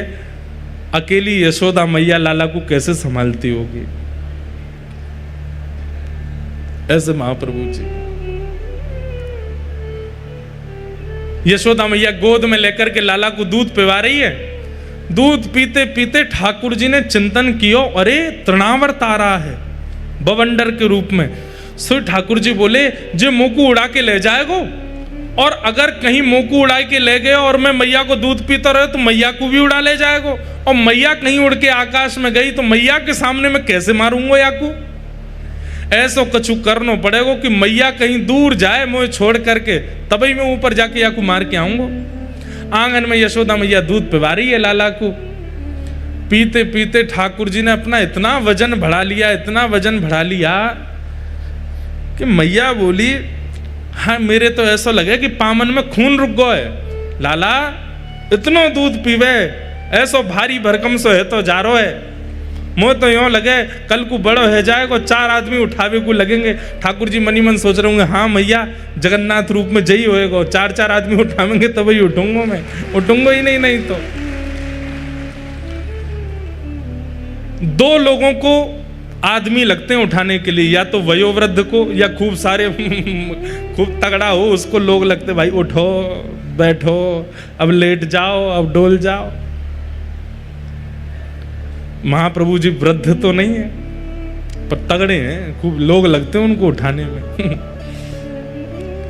ऐसे भारी है गए ठाकुर जी। यशोदा मैया लाला को पकड़ के खींच रही, लाला बस कर, अब मत पीवे दूध, इतना दूध पी लियो कि भारी है गो पूरा। ठाकुर जी तो जिद कर रहे हैं, अभी बोलनो जाने ना है, बैठनो भी थोड़ा थोड़ा सीखें, चलनो भी ना जाने। बार बार मैया के पयोधर को पकड़ लेते हैं, और पीऊंगो और पीऊंगो। मैया ने खींच करके बोले इतना दूध पी के अपच है जाएगी, ठाकुर जी को दूर खींच करके लेटाए दियो। और मैया दूर जाके बोले बैठी रहूंगी तो आते रहेगो मेरे पास के दूध पिबाओ।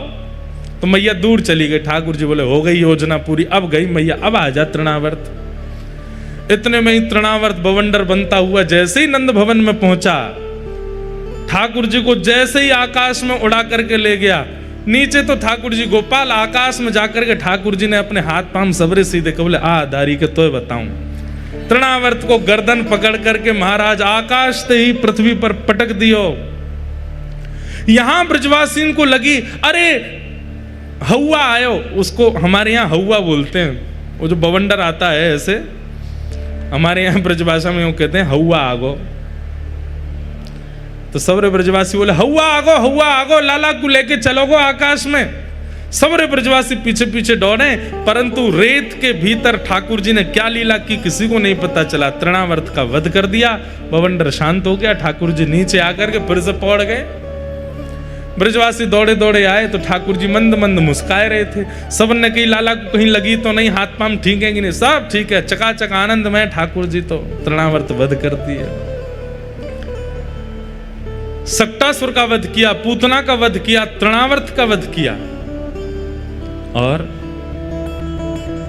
अब ठाकुर जी धीरे धीरे 1 साल के हैं लगे हैं। आहा, अब ठाकुर जी ने थोड़ा थोड़ा उंगली पकड़ करके खड़ा होना सीखा है, थोड़ा थोड़ा पैर आगे बढ़ा करके चलना सीखा है। और अभी शब्द नहीं बोलने आते, लेकिन ठाकुर जी कुछ बोलते हैं। क्या बोलते हैं ये समझ में नहीं आती, आऊं आऊं आऊं आऊं करके बोल जाते हैं बस। मैया यूं ही सोचते रहे, अच्छा लाला कहा कह रहे हो, लाला कहा बोल लो, अच्छा बोल लाला मैया। ठाकुर जी ना बोले। इतने में ही बलभद्र जी आ जाते हैं। बलभद्र जी आकर के कहते हैं लाला बोल भैया। ठाकुर जी नहीं बोलते। इतने में नंद बाबा आ जाए, लाला बोल बाबा। ठाकुर जी नहीं बोलते। ऐसे ही नंद भवन की गैया सामने आ जाती है तो ठाकुर जी उसकी तरफ उंगली करके मंद मंद मुस्का कहते मैया गैया। और जैसे ही ठाकुर जी गैया बोलते हैं, मैया बोलते हैं, दाऊ सबसे पहले गैया बोला। बंधुओं, आजकल के बालक पापा मम्मी ये सब शब्द पहले बोलते हैं। हमारी प्रार्थना बच्चों को गोद में लेकर के इतना नाम जप करो, वैसे तो माला पे जपो, लेकिन जब बालक का जन्म घर हो जाए तो माला छोड़ो दूर, बालक ही माला है, उसी को खिलाते खिलाते नाम जपते रहो। इतना नाम जपो, इतना नाम जपो कि उसके मुख से सबसे पहले भगवान नाम ही प्रकट हो। राधा। अच्छा, बालकों का स्वभाव देखा, कहीं कीर्तन हो रहा हो, बालक में थोड़े लक्षण आ जाएं उठने बैठने के, अपने आप ताली बजाना सबसे पहले सीख जाता है बालक। आपने तो नहीं सिखाया, वो कहां से सीख गया? उसकी आत्मा जानती है कि इसी से मेरा कल्याण होगा। लेकिन बाद में हम ही लोग उसको माया के चपेट में ले आते हैं, फिर वो कीर्तनों में कथाओं में आना भी बंद कर देता, फिर तो उल्टे सीधे गानों में ही नाचता है। लेकिन बालक अपनी बाल अवस्था में कीर्तन में अति रुचि पाता, उसको बहुत अच्छा लगता है। क्यों? क्योंकि उसके भीतर की अंतरात्मा जानती है कि इसी से मेरा उद्धार होगा। आहा, ठाकुर जी ने गैया सबसे पहले कहा है। और हमारे सूरदास जी महाराज कहते हैं अब ठाकुर जी थोड़ो थोड़ो बोलनो गानो सीख गए। धीरे धीरे ठाकुर जी बड़े हैं लगे, मधुर मधुर ठाकुर जी बाल लीलाएं करने लगे। हमारे जगन्नाथ महाप्रभु आ तो गए उड़ीसा, लेकिन यहाँ पे भी इनकी बाल अवस्था गई नहीं। एक दिन महाप्रभु जगन्नाथ जी बैठे थे तो भगवान के परम भक्त श्री माधवदास जी पहुंचे भीतर, दर्शन कर रहे थे। तो भक्त तो पहचान जाते हैं कि ठाकुर जी का मुख मुरझा रहा है, थोड़े उदास लग रहे हैं। माधवदास जी बोले, जय जय, आज आप इतने उदास क्यों लग रहे हैं? इतने संकट कष्ट में आप क्यों हैं? सब लोग बैठ जाओ, जो भी खड़े हैं सब लोग बैठ जाओ, जहां जगह मिले वहीं बैठ जाओ। माधवदास जी बोले, प्रभु आप इतने हमको कष्ट में क्यों लग रहे हैं?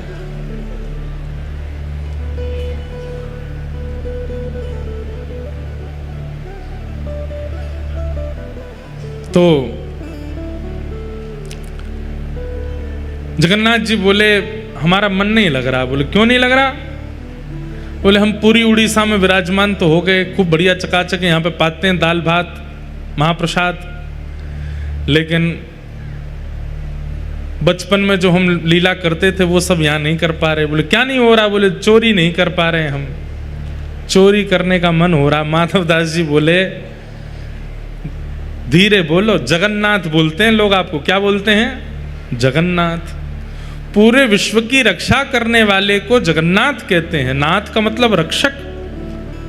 और आप जो यहाँ पे ऐसी अभी चोरी वोरी करने की बात कर रहे हो। ठाकुर जी बोले, भले ही हमारा नाम जगन्नाथ हो गया, ऊपर स्वभाव कैसे छूटे?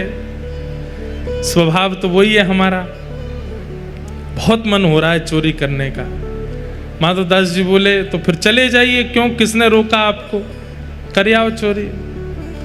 ठाकुर जी बोले, वो भी तो बात है, अकेले आनंद नहीं आता है, एक आध दो लोग हों साथ में तो सुख मिलता है। माधवदास जी बोले, बगल में सुभद्रा जी और ये बलभद्र जी हैं, इनको ले जाओ। बोले, रहने दो, फिर तो हम ऐसे ठीक हैं। क्यों? बोले, इनको लेकर के जाऊंगा तो फिर एक तो मुझसे खुद ही नहीं संभाला जाता अपने आप को, इनको क्या संभालूंगा फिर मैं?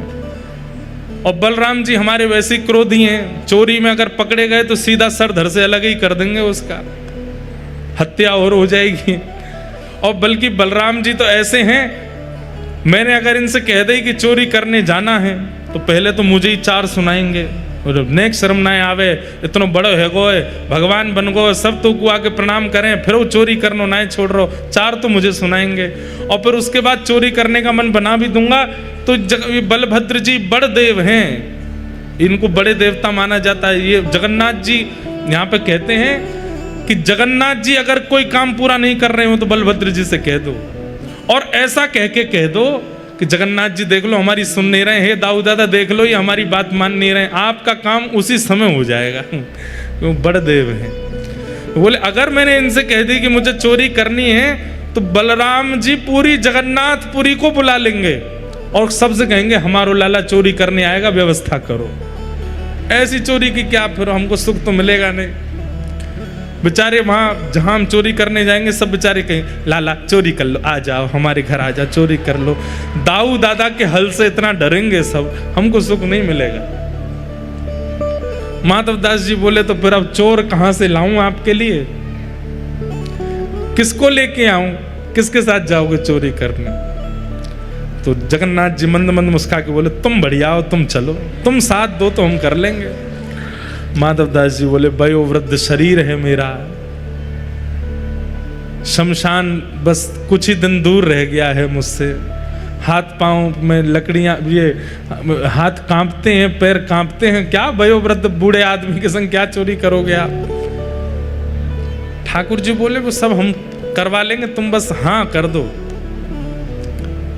माधवदास जी बोले, नियम तो बता दो, हमने कभी चोरी करी नहीं, हमको पता नहीं है। तो जगन्नाथ जी बोले, सबसे पहला नियम। बोले, क्या? फुर्ती रखनी है, लेकिन फुर्ती में आवाज नहीं करनी है। मतलब गति तो तेज हो, पर जैसे हम चलते हैं तो हमारे पैरों की आवाज आती है, हाथों की आवाज आती है, कपड़ों की आवाज आती है, आवाज नहीं आनी चाहिए। फुर्ती भी हो और आवाज ना हो, पहला नियम। और दूसरी बात, पलके नहीं झपकनी, नेत्र खोल कर रखने, कान खोल के रखने, ध्यान रखना कहीं से कोई आ नहीं जाए। बोले, अच्छा और कोई नियम? बोले, ये दो तुम निभा लेना, बाकी मैं संभाल लूंगा, चलो। माधवदास जी बोले, कहाँ जाएंगे चोरी करने? कौन गोपी, यहाँ कौन गोपी के यहाँ जाओगे? बोले, गोपी भोपी के यहाँ नहीं जाएंगे। तो बोले ये जो राजा हैं जगन्नाथपुरी के, इनके बगीचा में खूब सुंदर सुंदर कटहल होते हैं, और देखो ये हमारे लिए भोग लगाने भेजते नहीं है, हमको कटहल खाने का मन कर रहा, कटहल की चोरी करके आएंगे। माधवदास जी बोले इतना सब कुछ करने की क्या आवश्यकता है, हम राजा जी को पत्र भेज देते हैं, कटहल भिजवा देंगे, कल कटहल ही कटहल पाना, आप चोरी करने का। अरे माधवदास फिर तुम वही बात कर रहे हो, तुम कटहल मंगाओ, चलो कह दो राजा से कल एक कटहल भेजे। कटहल आया, बोले अब इसकी सब्जी बनाओ, सब्जी बनाओ, अब हमने पाली अब तुम पाओ, वो पाली है, बोले अब स्वाद मिल गया, बोले हाँ अब तुम चोरी वाले कटहल का स्वाद देखना, इससे दुगना होगा, अब ये जो सुख मिला है ये फीका लगेगा उसके आगे, इसलिए अब चोरी करने चलो। माधवदास जी बोले ठीक है, तो बोले मैं रात में मेरे को सिंह द्वार पे मिल जाना, वो सिंह द्वार पे नहीं दक्षिण द्वार पे मिलना, सिंह द्वार पे तो सब खड़े रहते हैं, रात में सोने नहीं देते, बैठ जाते हैं वहां पे, कई भक्त रात भर नाम कीर्तन करते हैं, सबको पता चल जाएगा मैं निकला हूं, दक्षिण द्वार पे मिलना। दक्षिण द्वार पे माधवदास जी बाहर प्रतीक्षा कर रहे हैं, रात्रि में ठाकुर जी आए, चुपचाप छोटे से लाला बन गए, बड़े बड़े नेत्र हैं, कारे ठाकुर जी, और सुंदर एक पोशाक अपनी ऐसी धारण करके आए, आंख ही आंख दिख रही है बस। माधवदास जी ने अपने कंधा पे बैठा लिया, और यहाँ दोनों हाथ रख करके श्री जगन्नाथ जी जा रहे हैं चोरी करने। राजा के बगीचा में पहुंचे, कहाँ हैं? बोले देखो सामने कटहल का पेड़ है, वहां चलो। पहुंच गए बगीचा में, अंदर जाकर के जगन्नाथ जी उतर गए नीचे। ठाकुर जी बोले अब ऊपर चढ़ना पड़ेगा, ऊपर से कटहल तोड़नी पड़ेगी। तो माधवदास जी बोले कौन से पेड़ पर चढ़ना? अरे धीरे बोलो, कोई सुन लेगा, हम तुमसे पहले ही बोले धीरे बोलना, क्या चिल्ला रहे हो? जैसे ही माधवदास जी बोले इतने में कौन से पेड़ पर चढ़ना है, तो बगीचे का मालिक उठ गया, बोले मैं बताता हूं कौन से पर चढ़ना, रुको। डंडा लेकर के आया, कहां हो तुम? अब जगन्नाथ जी मुख बंद करो, माधवदास जी को छुपा में बोले कि इतना तेज क्यों बोलते हो, पहले ही कहा था आवाज नहीं करनी, देखो आ रहा है, ढूंढ रहा है हमको। छुप के खड़े हो गए, बगीचा में घूम के चला गया, वो उसको नहीं मिले। माधवदास जी बोले अब क्या करना है? बोले देखो पेड़ के ऊपर हम दोनों में से कोई एक चढ़ेगा और नीचे दूसरा ऐसे करके लपकेगा, गिरेगा तो धम आवाज होगी, फिर से आ जाएगा माली।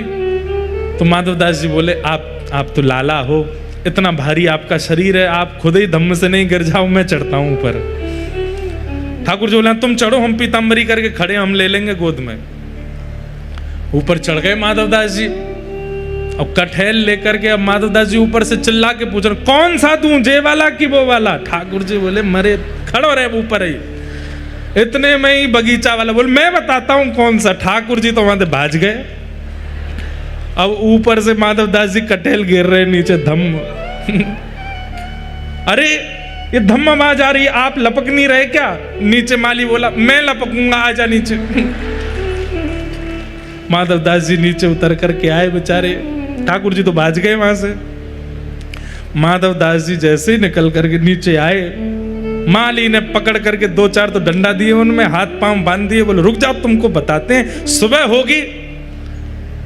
माधवदास जी इधर उधर देख रहे, किसको ढूंढ रहे हो? बोले एक और आए थे साथ में, उनको ढूंढ रहा हूं,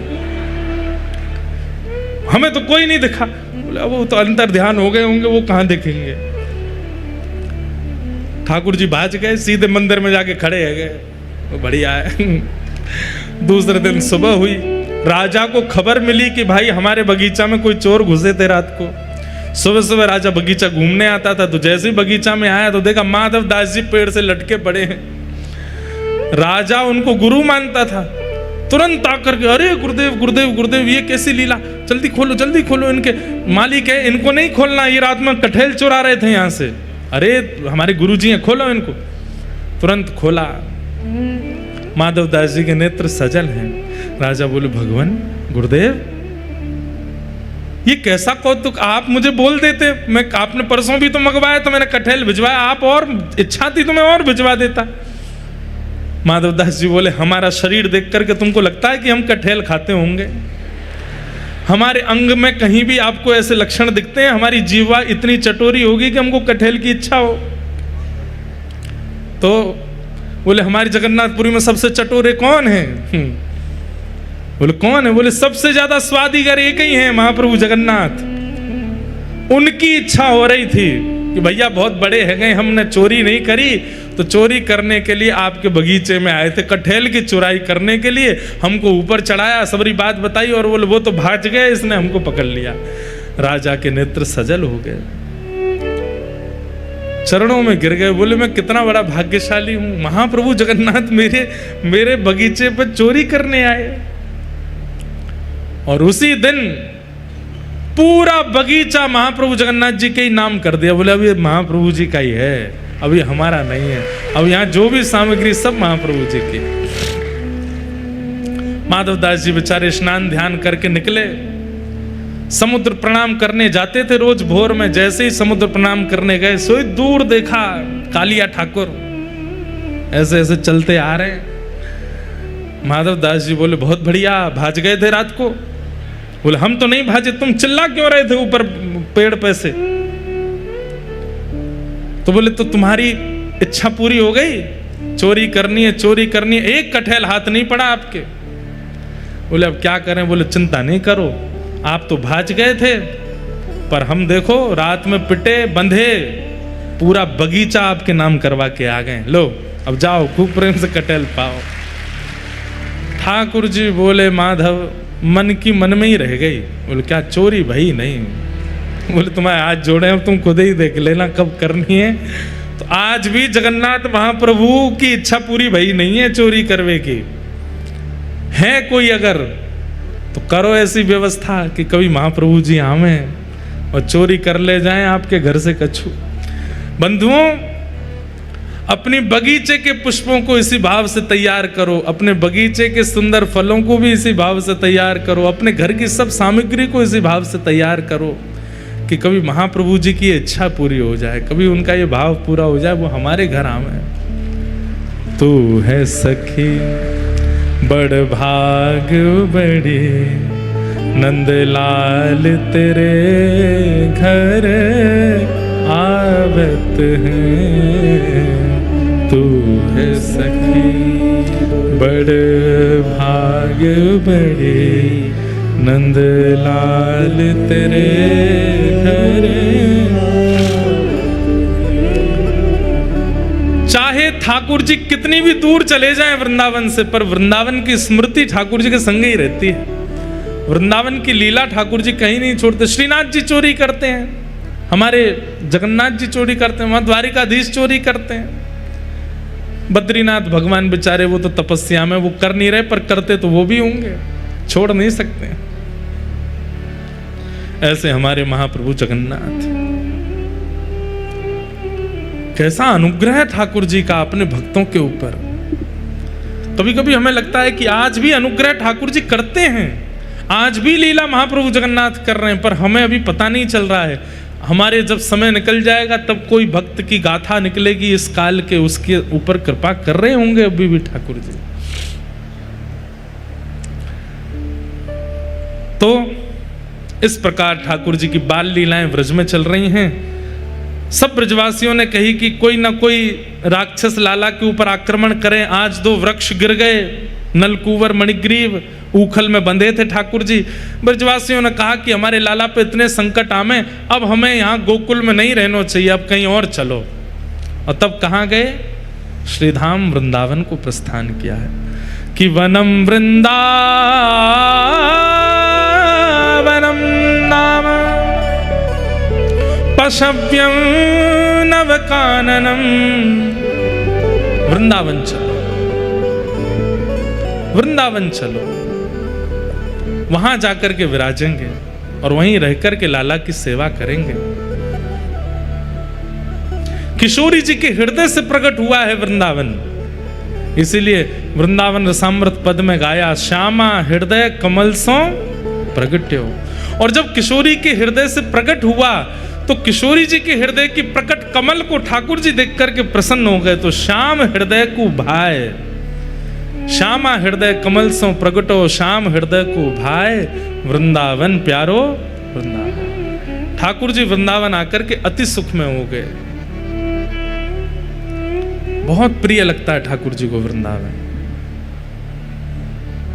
बंधुओं, कोई वृंदावन से अगर जगन्नाथपुरी आता है ना, एक बात कह दें आपको, इस बात को बताने के बाद हम ही वैसे संकट में पड़ जाएंगे, लेकिन फिर भी बता देते हैं। या तो आचार्य के साथ जगन्नाथ जी का दर्शन करो, या किसी ब्रजवासी के साथ ठाकुर जी का दर्शन करो। ब्रजवासी को संग लेकर के महाप्रभु जी का दर्शन करोगे, महाप्रभु जी बड़े प्रसन्न होते हैं। ब्रजवासी को देखने के लिए तो ये किस लिए विराज रहे हैं ऐसे, ये हाथ ऐसे क्यों हैं, मुख ऐसा क्यों है, हम कह सकते हैं हमारी याद में, हम ब्रजवासियों की याद में महाप्रभु जगन्नाथ जी पिघल गए। ब्रजवासी वल्लभ सदा मेरे जीवन प्राण, इनको नाही बिसारी हो मोहे नंद बाबा के आन। ठाकुर जी स्वयं सौगंध खाते हैं नंद बाबा की, और ये ब्रजवासी, और जब तक ब्रज में ब्रजवासी आते रहेंगे ये मेरे प्राण रहेंगे, चाहे ये जैसे भी हों ये मेरे प्राण ही रहेंगे। ब्रजवासी वल्लभ सदा मेरे जीवन प्राण, मुझे प्राणों से भी अति प्रिय हैं ये ब्रजवासी। आज भी महाप्रभु जगन्नाथ जी, हम भले ही खूब आनंद में उनके सामने जाते हैं, खूब नाचते हैं, खूब गाते हैं, लेकिन वो विरह में है। ये ठाकुर जी का विरह स्वरूप है। अपने ब्रजवासियों की याद में ठाकुर जी पिघल गए। आज भी ठाकुर जी को मधुमंगल की याद आती है।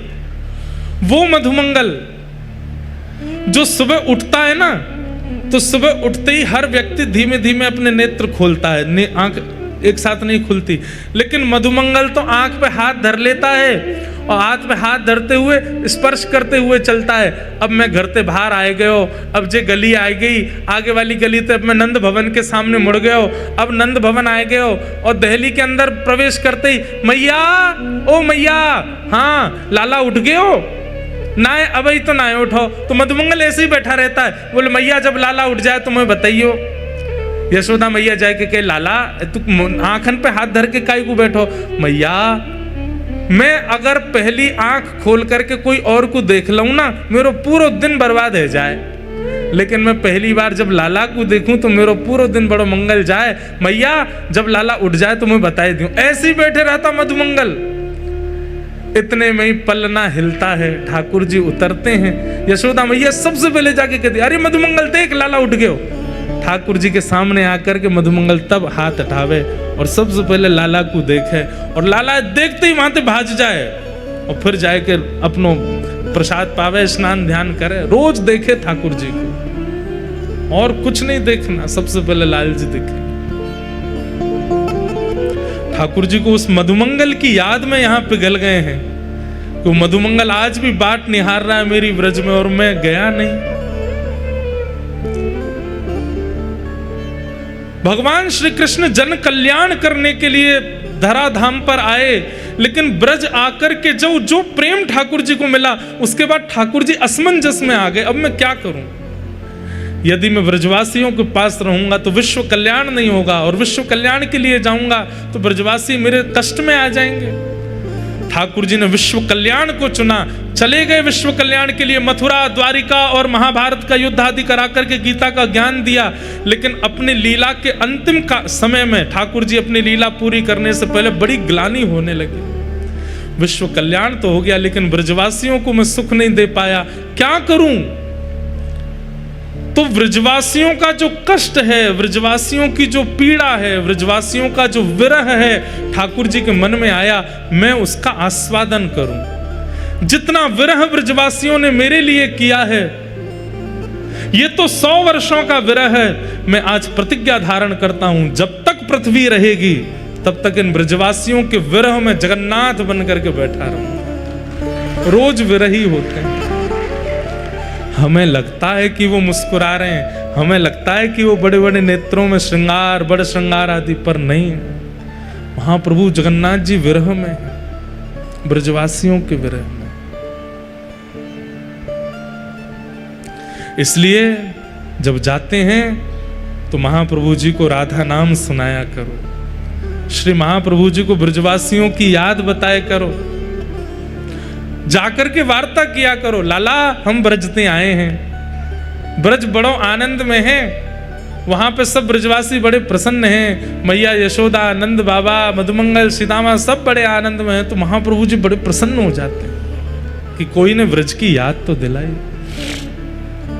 उधो मोहे ब्रज बिसरत नाही, ठाकुर जी कहते हैं उद्धव मैं ब्रज को भुला नहीं पाता। हंस सुता को सुंदर कलरव और वृक्षन की छाहें, ऊधो मोहे ब्रज बिसरत ना, मुझे ब्रज भूला नहीं जाता। इसलिए महाप्रभु जगन्नाथ जी के सामने जब आप आकर के बैठते हैं, तब किसी भी कोने में मंदिर में चले जाइए, कोई सबको सुनाई दे इतना तेज करने की आवश्यकता नहीं है, केवल मन में जगन्नाथ जी को बिठा लो और महाप्रभु जी से कहो, हे महाप्रभु आप पीड़ा में मत रहो, आप विरह में मत रहो, देखो हम पूरा व्रज अपने हृदय में लेके आए, आप दर्शन करो और अपने हृदय में व्रज प्रकट करके महाप्रभु जी को उस व्रज में ले जाओ। यशोदा मैया की गोद में बिठा दो अपने मन में, नंद बाबा की गोद में बिठा दो, किशोरी जी के बगल में बिठा दो, कुंज निकुंज यमुना के पुलिन पर घुमा लाओ जगन्नाथ जी को। ये उपकार कीजिए जगन्नाथपुरी आकर के, अपने हृदय रूपी व्रज में महाप्रभु जगन्नाथ जी को रमण कराओ, ठाकुर जी प्रसन्न होते हैं।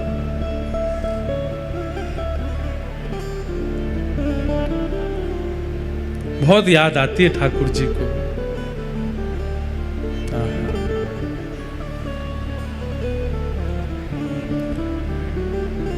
और महाप्रभु जी यहां पता है क्या गा रहे हैं, किस भाव में हैं?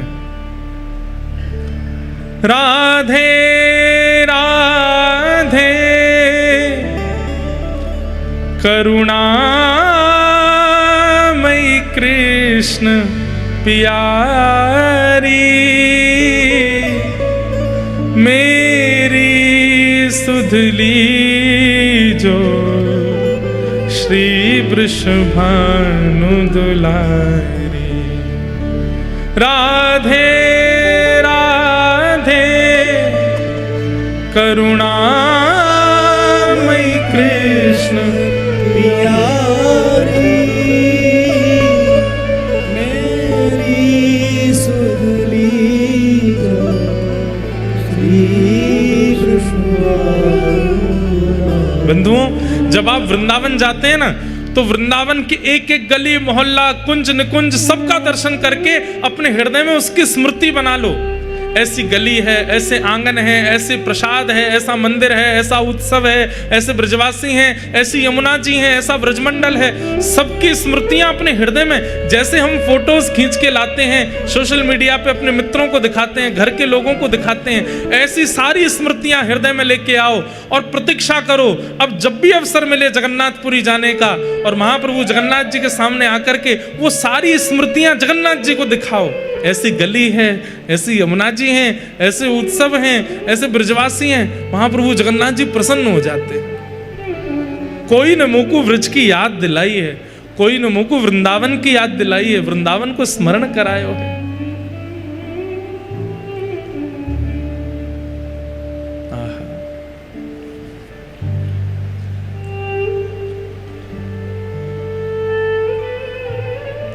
ठाकुर जी को वृंदावन बहुत प्रिय है।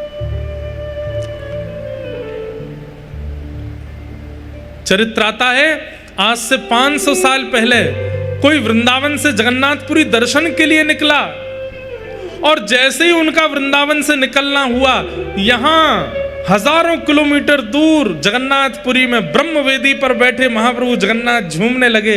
पुजारियों ने पूछा, अरे जय हो जगन्नाथ जी, इतने आनंद में क्यों हैं, झूम क्यों रहे हैं?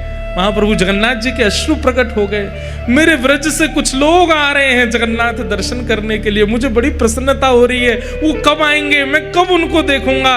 उनके अंग का स्पर्श करके वायु मेरे पास आएगी और उनके स्पर्श से वायु जब मुझे लगेगी तो मुझे लगेगा कि वृंदावन की ब्यार मुझे स्पर्श कर रही है। हे मेरे पुजारियों, उनकी बढ़िया व्यवस्था कर देना, उनको प्रसाद दिलाना, उनको खूब घुमाना, यहाँ पे कोई कष्ट ना हो, समुद्र में ज्यादा अंदर मत ले जाना, बहुत उग्र है, मेरे ब्रजवासियों को लग गई तो मेरे ब्रजवासियों को सुख देना, वो आ रहे हैं। महाप्रभु जी इतने प्रसन्न हो जाते हैं ब्रजवासियों के आने के भाव। इसलिए जगन्नाथपुरी आने का ये कोई शास्त्रीय बात नहीं, पर मैं अपने हृदय से कह रहा हूं, जगन्नाथपुरी अगर कोई बंबई से आ रहा है, दक्षिण से आ रहा है, उत्तर से आ रहा, कहीं से आ रहे हो, अगर संभव हो सके तो एक बार पहले वृंदावन चले जाओ और वृंदावन की स्मृति लेके फिर जगन्नाथ आओ। महाप्रभु जी को सुख देना है, अपने सुख समृद्धि के लिए आ रहे हो तो सीधे जगन्नाथ जी आ जाओ, लेकिन यदि ठाकुर जी को सुख देने आ रहे हो तो एक बार वृंदावन होकर के आओ। महाप्रभु जी को सारी स्मृतियां बता दो, महाप्रभु जी प्रसन्न हो जाते हैं। ठाकुर जी वृंदावन आए, वृंदावन आकर के भगवान ने अनेक लीलाएं की। सबसे पहली लीला ठाकुर जी ने ग्वाल बालों के संग बैठ करके छाक पाई है। छाक माने वन में ठाकुर जी गैया चराने जाते हैं और वहां ग्वाल बाल अपने अपने घर की सामग्री लेकर के आते हैं, सबकी सामग्री एक साथ लेकर के ठाकुर जी फिर उसको पाते हैं। महाप्रभु जगन्नाथ जी का महाप्रसाद सुनिए ध्यान से। एक पत्तल में एक व्यक्ति बैठ करके पा रहा है तो समझो कि वो महाप्रसाद पा रहा है, लेकिन एक ही पत्तल में 4 लोग बैठे हैं, कोई कहीं से दाल मां मिला रहा है, कहीं से चावल मिला के, तो ठाकुर जी बड़े प्रसन्न होते हैं, वाह मेरी छाक लीला है रही है, क्योंकि ठाकुर जी भी तो ऐसी छाक पाते हैं। महाप्रसाद झूठा नहीं होता, आप किसी के साथ भी बैठ के पा सकते हो, कभी भी पा सकते हो, कैसे भी पा सकते हो। आप जीभ से भी अगर कुछ स्पर्श कर लेंगे तो भी वो महाप्रसाद ही रहेगा, वो झूठा नहीं हो सकता। महाप्रसाद ऐसे ही पाना चाहिए। अगर कोई जगन्नाथपुरी का वैष्णव बैठ के पा रहा होगा तो आप जाकर के अगर उसके में से उठा के पाने लगेंगे, वो आपसे कुछ कहेगा नहीं। बाहर का व्यक्ति होगा जिसको पता नहीं, वो कैसे कहे भैया क्या कर रहे हो, हम पा रहे हैं, हमारे में से क्यों पा रहे हो। लेकिन महाप्रभु के महाप्रसाद का नियम है, अगर जगन्नाथपुरी का व्यक्ति पा रहा होगा जिससे पता है महाप्रसाद की महिमा, आप जाकर के बैठिए, उसके पत्तल में पाने लगिए, वो और स्थान भले ही परिचय नहीं, नाम भी नहीं पता, वो कहेगा आओ बैठो पाओ, खूब प्रेम से पाओ। कोई पत्तल से उठ गया पा करके और पत्तल पड़ी है, आप उसमें पुनः महाप्रसाद लेके पा सकते हो, वो झूठी नहीं होती। तुलसी दल की तरह है। यहाँ खप्पर मिल जाए, फूटे हुए मिट्टी के बर्तन मिल जाए, उनमें जितने चावल बचे भाई में दाल में मिलाओ, प्रेम से पालो। महाप्रसाद अद्भुत है। यहाँ पे अपरस ही है सब कुछ भी स्पर्श से झूठा कूटा नहीं होता। मतलब देखो कैसी भावना आई चित्त में कि विश्व में मंदिरों के गर्भगृह अपरस होते हैं, पर महाप्रभु जगन्नाथ जी का पूरा क्षेत्र अपरस है। यहाँ पे कुछ भी अपवित्र नहीं होता, सब पवित्र है। ठाकुर जी ने छाक लीला की। छाक लीला के बाद ठाकुर जी ने कई लीलाएं व्रज में की। कालिया मर्दन लीला की आज हमने प्रारंभ में ही सुन ली। सब लीलाएं करते हुए एक दिन ठाकुर जी आए तो देखे 56 भोग बन रहे हैं। मैया से जाए करके कही मैया जी कौन के काजे बननो है। मैया बोली लाला बाबा ते जाके पूछ। ठाकुर जी ने बाबा ते जाए के पूछी। बाबा बोले लाला हम ब्रजवासीन के देवता इंद्र महाराज हैं। आज देखो कल ठाकुर जी का जन्मोत्सव होना था तो भी इंद्रदेव आ गए। आज 56 भोग उत्सव होना है तो इंद्रदेव आ गए। आज भी आकाश में बैठे हैं। हमें तो लगा 56 भोग लगते ही वर्षा होने लगेगी या है रही होगी बात। ठाकुर जी मधुर, ये सब संकेतों से ठाकुर जी प्रस्तुत कर रहे हैं कि ठाकुर जी उत्सव में आ रहे हैं। इसलिए जैसी कथा हो रही वैसा ही सब माहौल बनना है। तो इंद्र की पूजा हम यामारे करें क्योंकि हम किसान हैं। इंद्र अगर हमसे प्रसन्न रहेंगे तो हमारी खेती बाड़ी में अतिवृष्टि अनावृष्टि ओलावृष्टि नहीं होगी। जब वर्षा करनी चाहिए तभी करेंगे और जब नहीं करनी चाहिए तब नहीं करेंगे। इसलिए इंद्र को प्रसन्न करने के लिए हम साल में एक बार 56 भोग लगाते हैं। ठाकुर जी बोले तो फिर सूर्य ने कहा बिगाड़ो है, बाकी भी पूजा करो। चंद्रमा ने कहा तुम्हारा कछु चुरा लियो, बाकी भी पूजा करो। वरुण देव की कृपा से ही तो जल सिंचन होवे, उनकी भी पूजा करो। वायु देव की कृपा से हमारी फसल लहरावे, उनकी भी कृपा करो, उनकी भी पूजा करो। अकेले इंद्र को पूजवे से कहा होएगो, 33 कोटि देवतान को पूजो।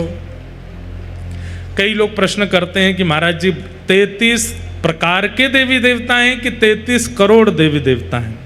अब देखो इसकी बात ऐसी है, जैसे मंत्रिमंडल अनेक हैं पर मंत्रियों के नीचे काम करने वाले अनेक लोग होते हैं, ऐसे 33 प्रकार के देवता हैं और हर देवता के नीचे 1-1 करोड़ सेवक हैं, तो अपने आप 33 करोड़ हो जाएंगे। तो इस असमंजस में मत पड़ो कि 33 प्रकार हैं कि 33 करोड़ हैं। हमारे तो एक ही हैं, देवों के देव नाथों के नाथ जगन्नाथ। यही हैं, सबरे 33 कोटि इनमें ही बैठे हैं, इनसे ही प्रकट हैं, इनमें ही विलीन हैं। तो ठाकुर जी बोले 33 कोटि देवता हैं, सबकी पूजा करो, अकेले एक की पूजा से कहा चले को। लेकिन 33 कोटि देवतान को अगर प्रसन्न करना हो तो 33 कोटि देवता एकमात्र नारायण में विराजमान है, और वही नारायण हमारे व्रज में श्री गोवर्धन रूप में विराजमान है, उनकी पूजा करो। सब ब्रजवासी बोले लाला हमें कहाँ मिलेगो?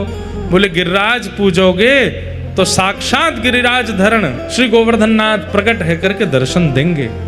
आपने इंद्र के कभी दर्शन नहीं किए होंगे, पर हमारे गिरिराज बाबा तो प्रकट है के दर्शन देंगे। सब चलो।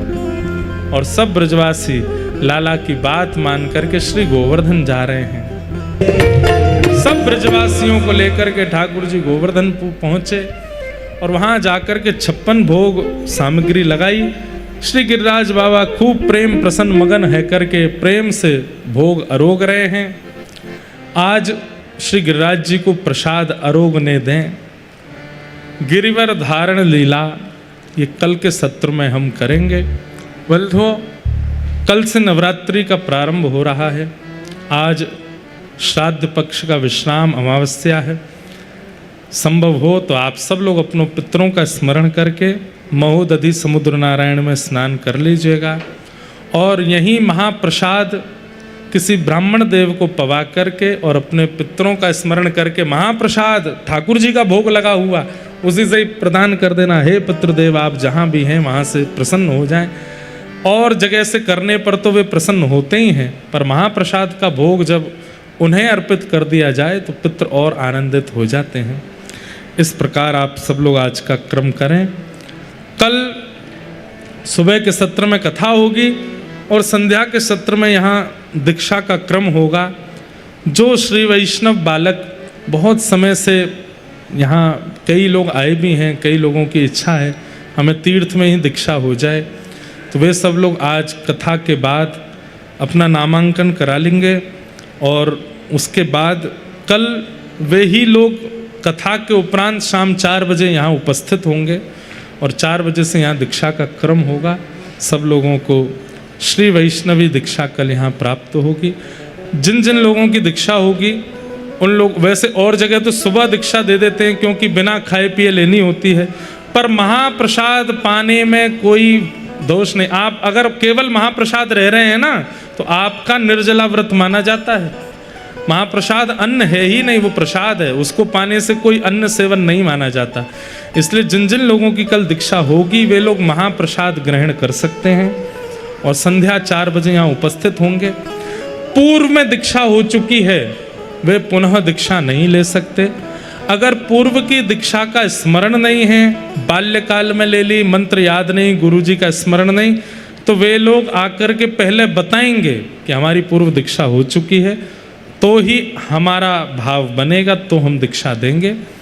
जितने भी भाई बहन हैं सबको केवल धोती उपरना में भाइयों को आना है, माताओं को हो सके तो भारतीय परिवेश पहन करके आना है।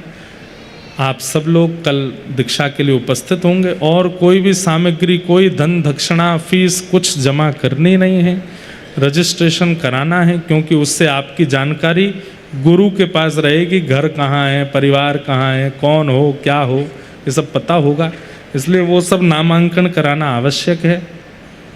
सब लोग यहाँ करेंगे।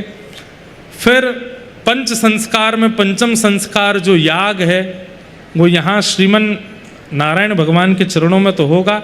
दीक्षा लेते ही आप सब लोगों को जाना है और महाप्रभु जगन्नाथ जी के सामने जो गुरु प्रदत्त नाम होगा, आपका नाम जो भी है, कल दीक्षा के बाद गुरु जी के द्वारा जो नाम दिया जाएगा उस नाम से ठाकुर जी आपको पहचानेंगे। फिर आपका नाम रमेश, महेश जो भी है, गुरु दीक्षा के बाद गुरु जी एक नाम देते हैं।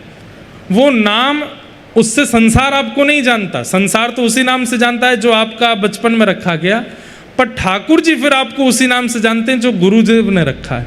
तो जब कभी भी ठाकुर के सामने जाना है तो गुरु प्रदत्त नाम से ही प्रणाम करना है, तो ठाकुर जी पहचान जाते हैं किस परंपरा से आए हो और उस पर फिर अनुग्रह ठाकुर जी करते हैं। तो कल यहाँ शाम 4 बजे उत्सव दीक्षाक्रम होगा, इस प्रकार की भावना है।